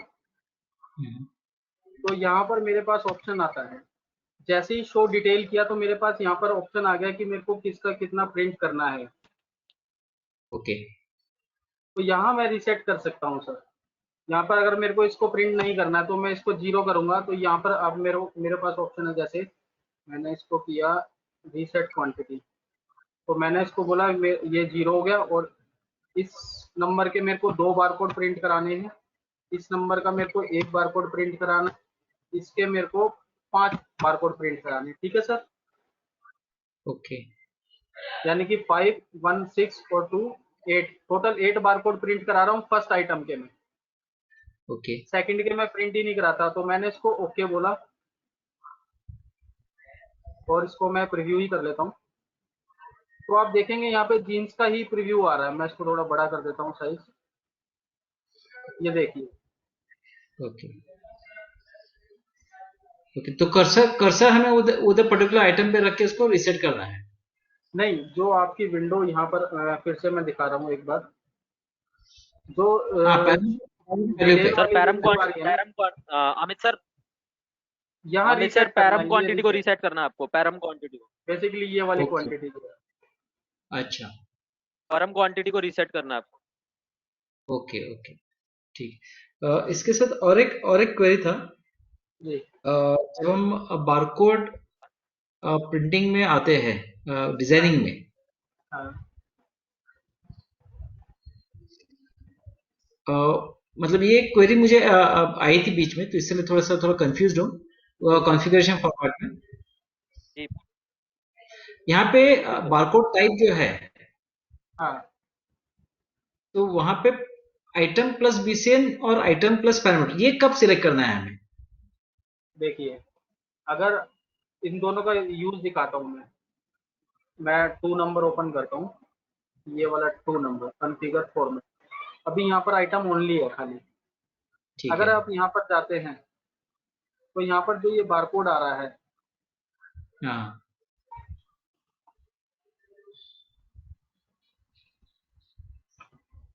अब यहाँ पर अगर आप बारकोड नंबर लेना चाहेंगे तो आपको नहीं मिलेगा, DARCOD नंबर। ओके। यहाँ पे मैं अगर टाइप भी कर रहा हूँ तो बारकोड नंबर नहीं आ रहा है। लेकिन हम्म, अगर मैं यहाँ पर लेता हूँ आइटम प्लस BCN, तो यहाँ पर क्या आता है तो मैं आपको बताता हूँ। आइटम प्लस BCN लिया जैसे ही मैंने, तो ऑटोमेटिक मेरा बारकोड में बारकोड नंबर आ गया है। ओके। ठीक है, और यहाँ जो ये बारकोड डबल आ रहा है, इसमें मेरा आइटम नेम आ गया है। ओके। अब मैं पैरामीटर वाला देखता हूँ। अब मैं आपको यहाँ पर आइटम प्लस पैरामीटर करता हूँ। तो जैसे ही मैं पैरामीटर करता हूँ तो इसमें क्या होता है, मेरा आइटम नेम आ गया और यहाँ पर जो है मेरा वो पैरामीटर वैल्यू आ रहा है। मतलब एग्जैक्टली क्या है ये पैरामीटर वैल्यू? एग्जैक्टली का मतलब ये है कि आपकी जो भी पैरामीटर की जो वैल्यू आप यहाँ पर एज ए बारकोड ट्रीट करना चाहते हो तो वो करा सकते हो। बारकोड नंबर की बजाय आप कोई पैरामीटर की वैल्यू ट्रीट कर रहे हो। ओके। जस्ट इतना ही कॉन्सेप्ट है। बेसिकली ये जो यहाँ पर फील्ड है ना, हाँ हाँ, यहाँ आपको चॉइस मिलती है कि आप यहाँ पर क्या ले रहे हैं। अब अगर आप मतलब ऐसा करेंगे कि एग्जैक्टली। मेरे को बारकोड चाहिए तो बारकोड नंबर नहीं आएगा। अगर ओके। आपको बारकोड नंबर प्रिंट कराना है तो उसके लिए आपको या तो बीसीएन लेना है या आइटम प्लस बीसीएन लेना है। और एक कंपोजिट कब यूज करना है हमें? कंपोजिट होता है सर, क्या नाम है, मल्टीपल सेगमेंट्स को मिक्स करके हम कंपोजिट बारकोड बनाते हैं। जैसे मैंने बोला कि 2 कैरेक्टर मेरे आइटम के होने चाहिए, 2 कैरेक्टर मेरे कंपनी के होने चाहिए, 4 कैरेक्टर मेरे आइटम एलियास के होने चाहिए, 2 कैरेक्टर मेरे एमआरपी के होने चाहिए। उनको मिक्स करके मेरा एक बारकोड नंबर बनना चाहिए। ओके। तो तो मतलब वो अगर एक मैं कंपोजिट बारकोड बनाऊंगा और जब मैं उसको स्कैन करूंगा तो ये सभी आइटम्स, मतलब ये सभी कंपोनेंट्स ऑटोमेटिकली फेच हो जाएंगे। हाँ, ये ऑटोमेटिकली फैच हो जाएगा। मतलब ये हमें बेसिकली जब हम बारकोड वाला जो ये रहता बेसिकली है, ये बेसिकली मशीन, बताता हूँ उसमें क्या ये होता है। मशीन। बेसिकली क्या होता है कि हम अपने स्टिकर पे हम नहीं चाहते इतनी सारी डिटेल हम प्रिंट कराएं। जी। हमने क्या करा, कंपोजिट बारकोड बना दिया जिसके अंदर हमने आइटम नेम के 2 कैरेक्टर ले लिए। उसके बाद हमने उसके अंदर एमआरपी ले लिया, उसके अंदर उसकी क्वांटिटी ले ली और उसके अंदर उसका आइटम एलियास ले लिया। ठीक है। ओके। तो हाँ। उससे क्या होगा ना कि कस्टमर को तो कभी भी बारकोड नंबर समझ नहीं आएगा। हम्म। लेकिन मेरे को मालूम है कि मेरे जो स्टार्टिंग के 2 कैरेक्टर है वो आइटम नेम है और उसके बाद जो 4 कैरेक्टर आ रहे हैं वो मेरे एमआरपी है। ओके। तो जैसे ही मैं उस स्टिकर को स्कैन करके उसको अगर अपने हाथ में देखूंगा तो मुझे को वहां पर एमआरपी भी पता चल जाएगी कि उस प्रोडक्ट पे एमआरपी जो लगी हुई है स्टिकर पे वो 500 है। तो मेरा जो बिलिंग स्कैन हुआ वो 500 ही हुआ है या 700 हुआ है। ओके। अच्छा, मतलब अभी मैं एक बारकोड लेवल का जो वे मशीन रहता है जिससे हाँ बारकोड का उसका आइटम भी आएगा, उसका प्राइस भी आएगा, क्वांटिटी भी आएगा, तो हाँ, उस वो कंडीशन में मुझे कंपोजिट सेलेक्ट करना है। Right right right, exact. Okay. ठीक है। ठीक है सर। और उसके साथ और एक क्वेरी है, ये लाइन। बारकोड रिलेटेड नहीं है। जी। हेलो। हाँ हाँ सर, बताएं। ये पॉज हाँ जी रिलेटेड है। अमित सर। हाँ, अगर मुझे कैश जी। और इंटरफेस करना है तो ये मैं कैसे करूँ इसको? क्या करना है सर? कैश ड्रॉवर इंटरफेस करना है, जैसे हम एंटर प्रेस करेंगे, सेव बटन प्रेस हाँ, करेंगे। उसके लिए कुछ कैश। नहीं, उसके लिए बीजी में कोई कॉन्फ़िगरेशन नहीं होती है। मैं आपको जनरली बता देता हूँ। आपका जो प्रिंटर होता है, देखिए मैं सेल बिल पे जी। आता हूँ। मैं जैसे ही इसको यहाँ से सेव करूंगा और इसको ओके करूंगा, ओके किया, एंटर किया। अब जैसे ही मैंने इसको सेव किया और यहाँ पर जैसे ही मैंने प्रिंट किया ना, तो प्रिंट हाँ। करते ही मेरा कैश ड्रॉवर ओपन हो जाना चाहिए। करेक्ट। तो वो जो कैश ड्रॉवर ओपन होता है वो हमारे बीसी के अंदर उसका कोई कॉन्फ़िगरेशन नहीं है। जब आप प्रिंटर को इंस्टॉल करेंगे तो इंस्टॉल करने के बाद जो आपके यहाँ पर डिवाइस एंड प्रिंटर में जो आते हैं ऑप्शन, ओके। जो यहाँ पर डिवाइस एंड प्रिंटर जो आता है, इसके अंदर आपके पास ऑप्शन होता है उस प्रिंटर की सेटिंग्स में जाने का। जब आप उसकी प्रॉपर्टीज में जाते हैं तो वहां आपके पास ऑप्शन मिलता है कि कैश ड्रॉवर किस कंडीशन पर ओपन होना चाहिए, आफ्टर प्रिंट, बिफोर प्रिंट, या कट होने के बाद, या क्या होने के बाद। ओके। अच्छा। आप प्रिंटर की सेटिंग में कैश ड्रॉवर का ऑप्शन होता है, वो आप अगर कहीं पे जब भी कॉन्फ़िगर करेंगे तो आप एक बार मेरे से कंसल्ट कर लेना, मैं आपको उसमें गाइड कर दूंगा और वो आपका इम्प्लीमेंट करवा दूंगा। Okay fine. क्यों पूछा मैं आपको क्वेरी, क्योंकि एक प्रिंटिंग ऑप्शन में है फुटर के, या फिर कहीं तो एक ऑप्शन में। वो फॉर्मेट में दिया हुआ है, प्रिंट स्टाइल में। जी। वो प्रिंट स्टाइल में दिया हुआ है। वो उस टाइम पे यूज होता था जब डोस डोस प्रिंटिंग यूज होती थी। ओके। ओके, तो मतलब ये यूज नहीं करना है हमें। अब उसकी जरूरत नहीं पड़ती है क्योंकि अगर आप देखेंगे, जैसे मैं आपको फुटर में लेके दिखाता हूँ।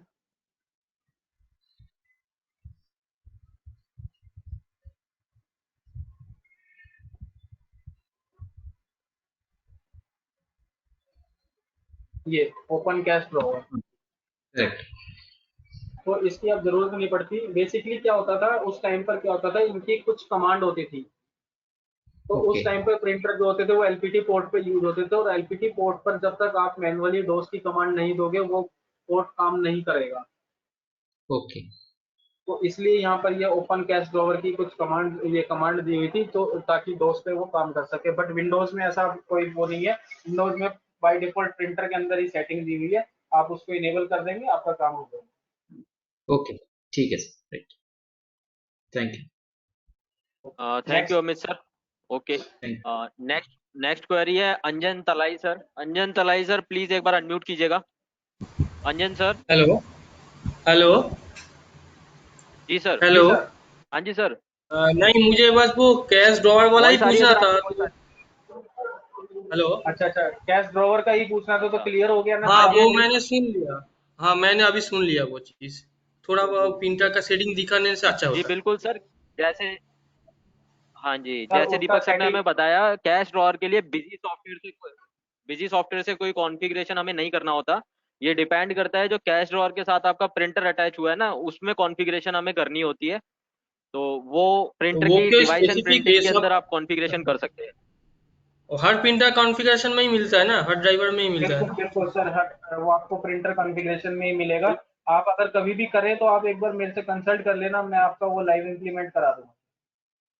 Okay, thank you. या चैनल सपोर्ट की टीम पे आप कांटेक्ट कर सकते हैं कभी भी अगर आप इम्प्लीमेंट कर रहे हैं यूजर एंड पे कैश ड्रॉअर के लिए। तो ओके, ये चीज मुझे मालूम नहीं था। ठीक नेक्स्ट है है, हमारे ओके। साथ। Thank you Anjan sir. Next है हिमांकर गुप्ता सर। हिमांकर गुप्ता प्लीज एक बार सर अनम्यूट कीजिएगा। नमस्कार सर। नमस्कार सर। सर एक क्वेरी है, जी सर। पीओएस के सेल में कस्टमर दो तरह के बारकोड स्कैनर यूज हाँ कर रहा जी। है। एक तो टेबल टॉप स्कैनर यूज कर रहा है और एक हैंड हेल्ड स्कैनर यूज कर रहा है। हम्म। हेलो। तो बस हैंड जी हेल्ड जी। से वो स्कैन कर रहा है तो आइटम हाँ पूरा फिट हो जाता है, लेकिन अगली लाइन में जाने के लिए उसे एक एंटर पुश करना पड़ता है। सर, सर ये जनरली बारकोड की सेटिंग्स होती हैं। आपको क्या करना है कि उसका जो मॉडल नंबर है वो गूगल पे सर्च करना है। गूगल पे जैसे ही सर्च करेंगे तो उसकी हम्म। सेटिंग का एक पेज मिलेगा आपको। ओके। उसकी सेटिंग का जो पेज मिलेगा उस पेज में आपको ना मल्टीपल बारकोड की लाइनें मिलेंगी। मतलब जैसे ओके। बारकोड की लाइन्स होती है ना, जैसे अभी आपको मैं प्रिंट में हाँ, प्रीव्यू में दिखा रहा था, ऐसे ही आपको वो पूरा बिल्कुल। पेज मिलेगा, उसमें बहुत सारी लाइनें होंगी और वो आपको ठीक। सारी लाइनें एक बार उस स्कैनर से स्कैन करानी है। ओके। जब आप नया अच्छा, अब स्कैनर खरीदते हैं ना तो उसके साथ वो पेज भी मिलता है, तो उसको बोलते हैं हम सेटिंग हाँ पेज। मिलता है। हाँ, सेटिंग पेज मिलता है, मालूम है। तो वो उसमें वो आपको एक सब बार कुछ सारी कराना सेटिंग होगा। स्कैन करानी है। अगर वो स्कैन कराने के बाद इस तरीके की एक्टिविटी करता है तो फिर स्कैनर में प्रॉब्लम है। अगर वो ठीक हो जाता है तो फिर कोई दिक्कत नहीं है, क्योंकि वो क्या होता है कि जब आप हम्म। सेटिंग स्कैन कराते हैं तो उसके जो बारकोड स्कैनर के जो इंटरनल फंक्शंस होते हैं वो सारे एक्टिवेट हो जाते हैं। एक्टिवेट हो लेकिन जाते अगर वो एंटर एंटर एंटर करने पे नेक्स्ट रो पे जा रहा है तो इसका मतलब उसका जो एंटर है वो वर्क नहीं कर रहा है। तो सेटिंग्स का ही रोल है उसमें, और कोई रोल नहीं है। हैं। ओके सर, तो वो दोनों में सर सेम इशू होगा। टेबल टॉप वाले में बिल्कुल यह है कि बिल्कुल। बारकोड स्कैन करते हैं, आइटम तो आ जाता है, लेकिन हाँ, आइटम के बाद वो हर चीज दोबारा मांगता है। नहीं तो वो आप एक बार सेटिंग स्कैन करेंगे ना तो वो आपका काम हो जाएगा। ऐसा तो हमारे अच्छा। पास पहले भी बहुत बार केस आ चुके हैं और जो कि सॉल्व हो चुके हाँ। हैं। नहीं, अब पीओएस वाला ये मॉल अभी एक नया खुला है तो उस पर फर्स्ट टाइम में हमारा इंस्टेंस पड़ा है, तो अब ठीक है, ये रहा, हम कर अच्छा। लेंगे। समझ गया मैं, आपकी चीज क्लियर हो गई। Okay, thank you sir. ठीक। उसके लिए कोई प्रॉब्लम नहीं है हिमांकर सर। जैसा दीपक सर ने हमें गाइड किया है एक बार आप वो प्लीज ट्राई कर लीजिएगा। होपफुली तो रिजॉल्व हो जाना चाहिए। फर्दर अगर कुछ इशू होता है तो प्लीज एक बार हमसे कांटेक्ट कर लीजिएगा उसके लिए। नेक्स्ट क्वेरी है दीपक सर हमारे पास राजकमल सर हैं सिरसा से। राजकमल जी सर प्लीज एक बार अनम्यूट कीजिएगा।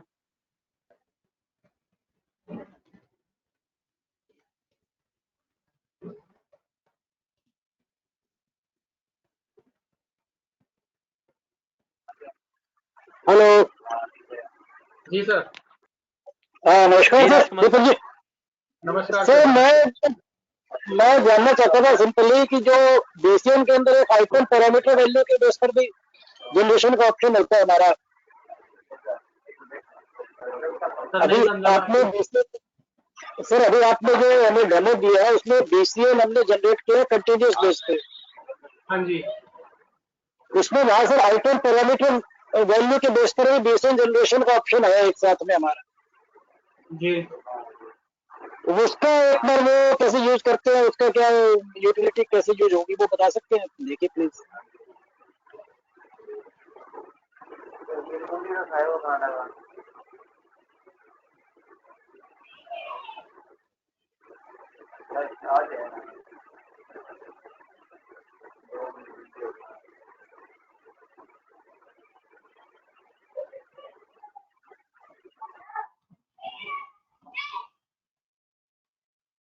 सर सबसे पहले जब आप इस पे क्लिक करेंगे आइटम पैरामीटर वैल्यू पे, तो यहाँ आपको एक स्ट्रक्चर बनाना पड़ेगा।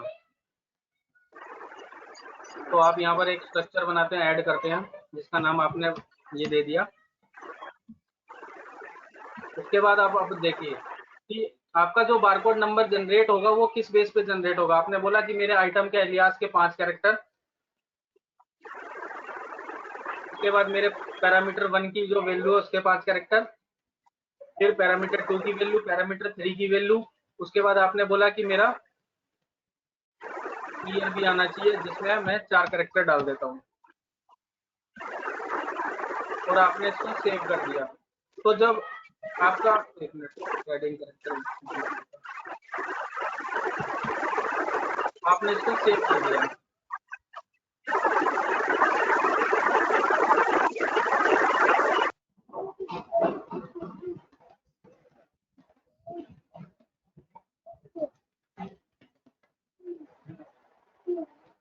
अब जब आपका जो बारकोड नंबर जो जनरेट होगा ना सर, वो नंबर आपका 4 कैरेक्टर आपके आइटम एलियास के होंगे, 4 कैरेक्टर परम वैल्यू 1 के होंगे साइज में। जैसे आपने 32 डाला तो उसमें 2 ही कैरेक्टर तो 32 ही आएगा, इस तरीके से। फिर 2 का आएगा, 3 का आएगा, फिर एमआरपी आएगा, फिर ईयर आएगा 2021। दीपक सर एक प्रीव्यू देख सकते हैं क्या इसका हम?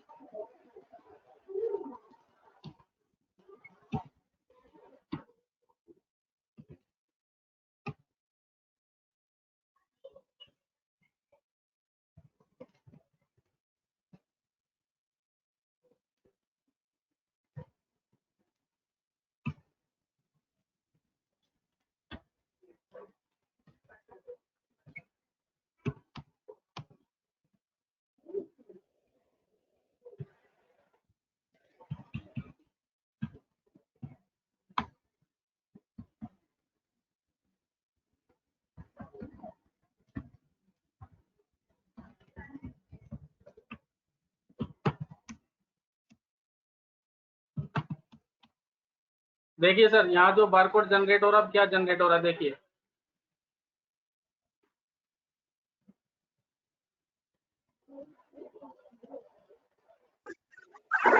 ठीक है, ये उसके हिसाब से होगा, ठीक है। तो ये आप यहाँ पर यूज कर सकते हैं। ओके सर, ठीक है, thank you. Okay sir, welcome. Thank you Kamal sir, thank you. Next query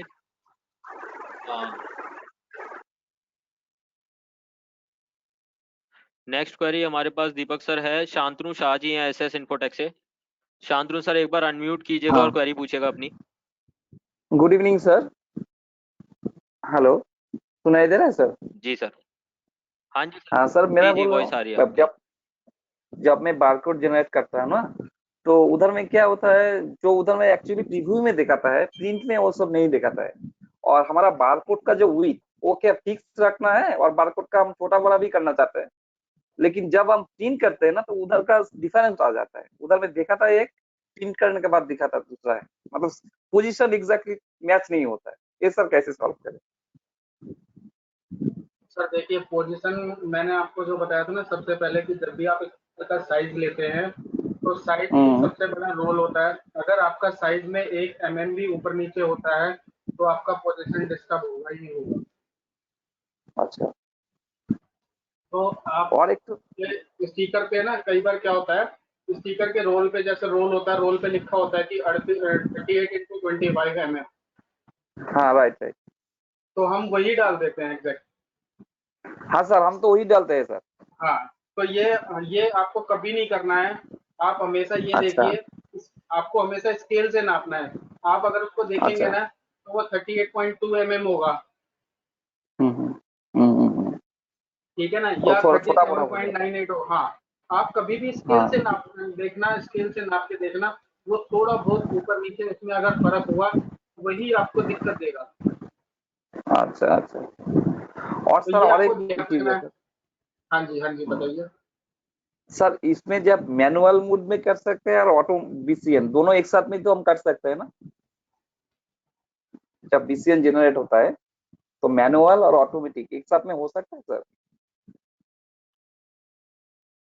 sir देखिए, ऑटोमेटिक में अगर अगर आप रखते हैं इसको, तो यहाँ पर नीचे आपके पास ऑप्शन आ रहा है इनेबल मैनुअल मोड।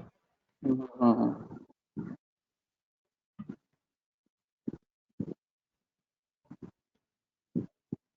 आप इसको रिमूव कर दीजिए, और जैसे ही इनेबल करते हैं तो यहाँ पर आपके पास ऑप्शन आ जाता है कि अब आप इसका मैनुअल डाल सकते हैं।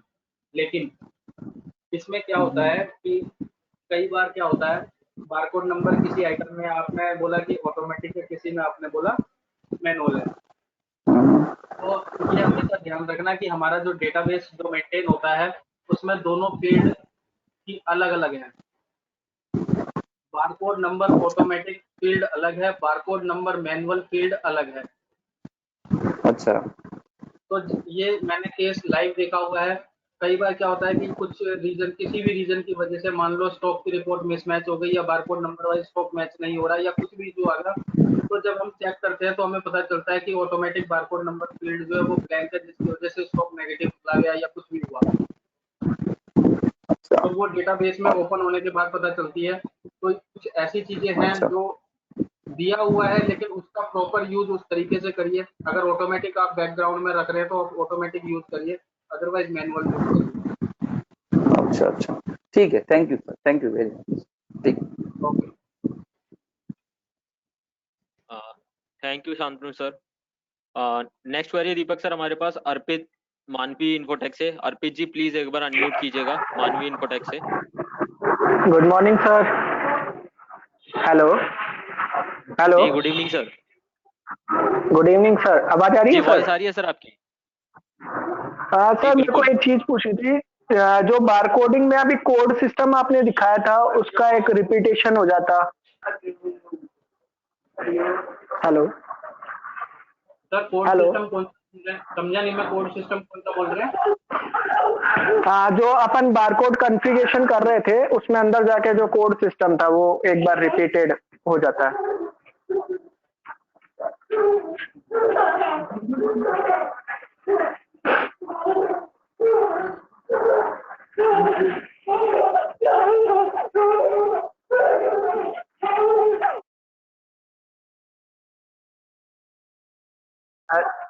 हेलो जी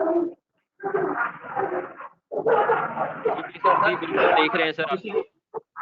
आप अर्पित जी अगर आप देख रहे हैं तो आप प्लीज अपना माइक है ना एक बार मतलब, हाँ ठीक है, अभी बैकग्राउंड साउंड नहीं आ रहा है। आप मेरे को बताइए कि कौन सा कोड की आप बात कर रहे हैं, मैं समझ नहीं पाया, आपकी क्वेरी नहीं समझ पाया एग्जैक्ट।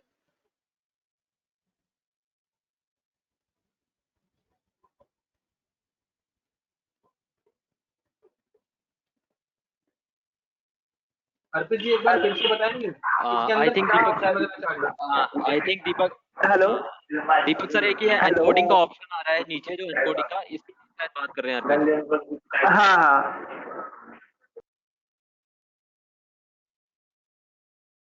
क्या वो अप्लाई एनकोडिंग का जो हाँ है वो बेसिकली न्यूमेरिक हाँ फील्ड के जी हाँ ऊपर जी, यूज तो होता है। एनकोडिंग एक बार सर को जानना है। आपकी जो यहाँ पर फील्ड है वो है न्यूमेरिक फील्ड। अगर आपने सेलेक्ट किया हुआ है, आपने एमआरपी को अगर सेलेक्ट किया है, तो आपका ये फीचर इनेबल होता है और आप इसको यस करेंगे। यस करने के बाद आपका नीचे यहाँ एनकोडिंग कॉन्फ़िगरेशन आता है।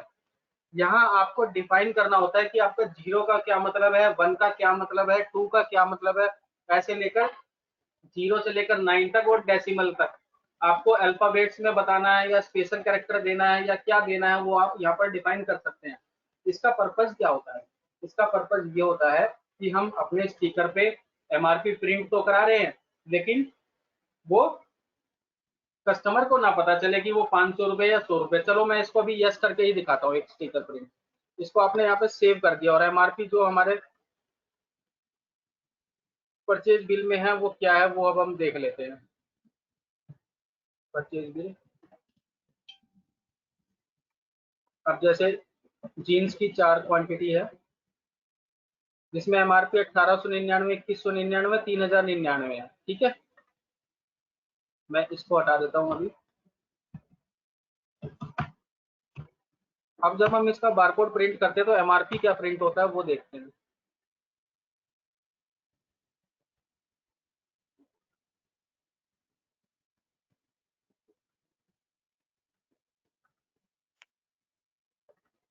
देखिए एमआरपी में क्या आ रहा है, OMNNITT, PONNITT, PONNITT, आप देख रहे हैं? जी बिल्कुल दीपक सर, आई थिंक साथ में ही है हमारे अर्पित जी। हाँ देख रहे हैं सर। तो इसका ये पर्पज होता है कि आपने अब इसके आगे एमआरपी नहीं लिखना, लेकिन इससे आपको पता चल गया कि एमआरपी है क्या। कस्टमर को तो ये समझ नहीं आएगा क्या चीज है ये, हाँ हाँ लेकिन आपको पता चल जाता है कि किस एमआरपी का आपने बारकोड दिया है या प्रोडक्ट नेम दिया है। ठीक है सर। सर एक लास्ट क्वेरी थी, बारकोड प्रिंटिंग का ऑप्शन जैसे इनवॉइस के बाद आता है कई बार, हाँ, हाँ। वो बंद कहाँ से होता है? वो यहाँ पर जो मेरे से पूछ रहा है ये, हाँ मतलब प्रिंटिंग के बाद आता है। जैसे मैंने ये सेव किया यहाँ तो पहले आ गया। हाँ क्योंकि मैंने बारकोड कॉन्फ़िगरेशन में भी बंद कर दिया था फिर भी आ रहा था ये। नहीं, आपको कहाँ से करना पर configuration, voucher series configuration, purchase main, voucher configuration, और यहाँ पर ऑप्शन आता है print item barcode after saving. अच्छा यहाँ से, ठीक है sir, thank you. Thank you sir, thank you so much for your query. Deepak sir, I think हमने सभी क्वेरीज को ऑलमोस्ट टेकअप कर लिया है। सभी हमारे पार्टिसिपेंट्स की ऑलमोस्ट सभी क्वेरीज सेशन से रिलेटेड क्लियर हो गई हैं। फर्दर फिर भी अगर कोई पेंडिंग क्वेरीज रह जाती हैं हमारी, तो सभी से रिक्वेस्ट है प्लीज़ एक बार हमसे सर चैनल सपोर्ट पे कांटेक्ट कीजिए and we will make sure कि आपकी जो भी क्वेरीज है हम उनको रिजॉल्व करेंगे और आपको बेस्ट टू बेस्ट सॉल्यूशन वहाँ पे प्रोवाइड किया जाए। So thank you so much sir for today's participation and we will meet again with new implementation and new concept. So thank you so much. आपके feedbacks हमें मिलते रहे, हमारा motivation increase होता रहेगा। So thank you so much all of you and also Deepak sir for this presentation. Thank you. Thank you everyone.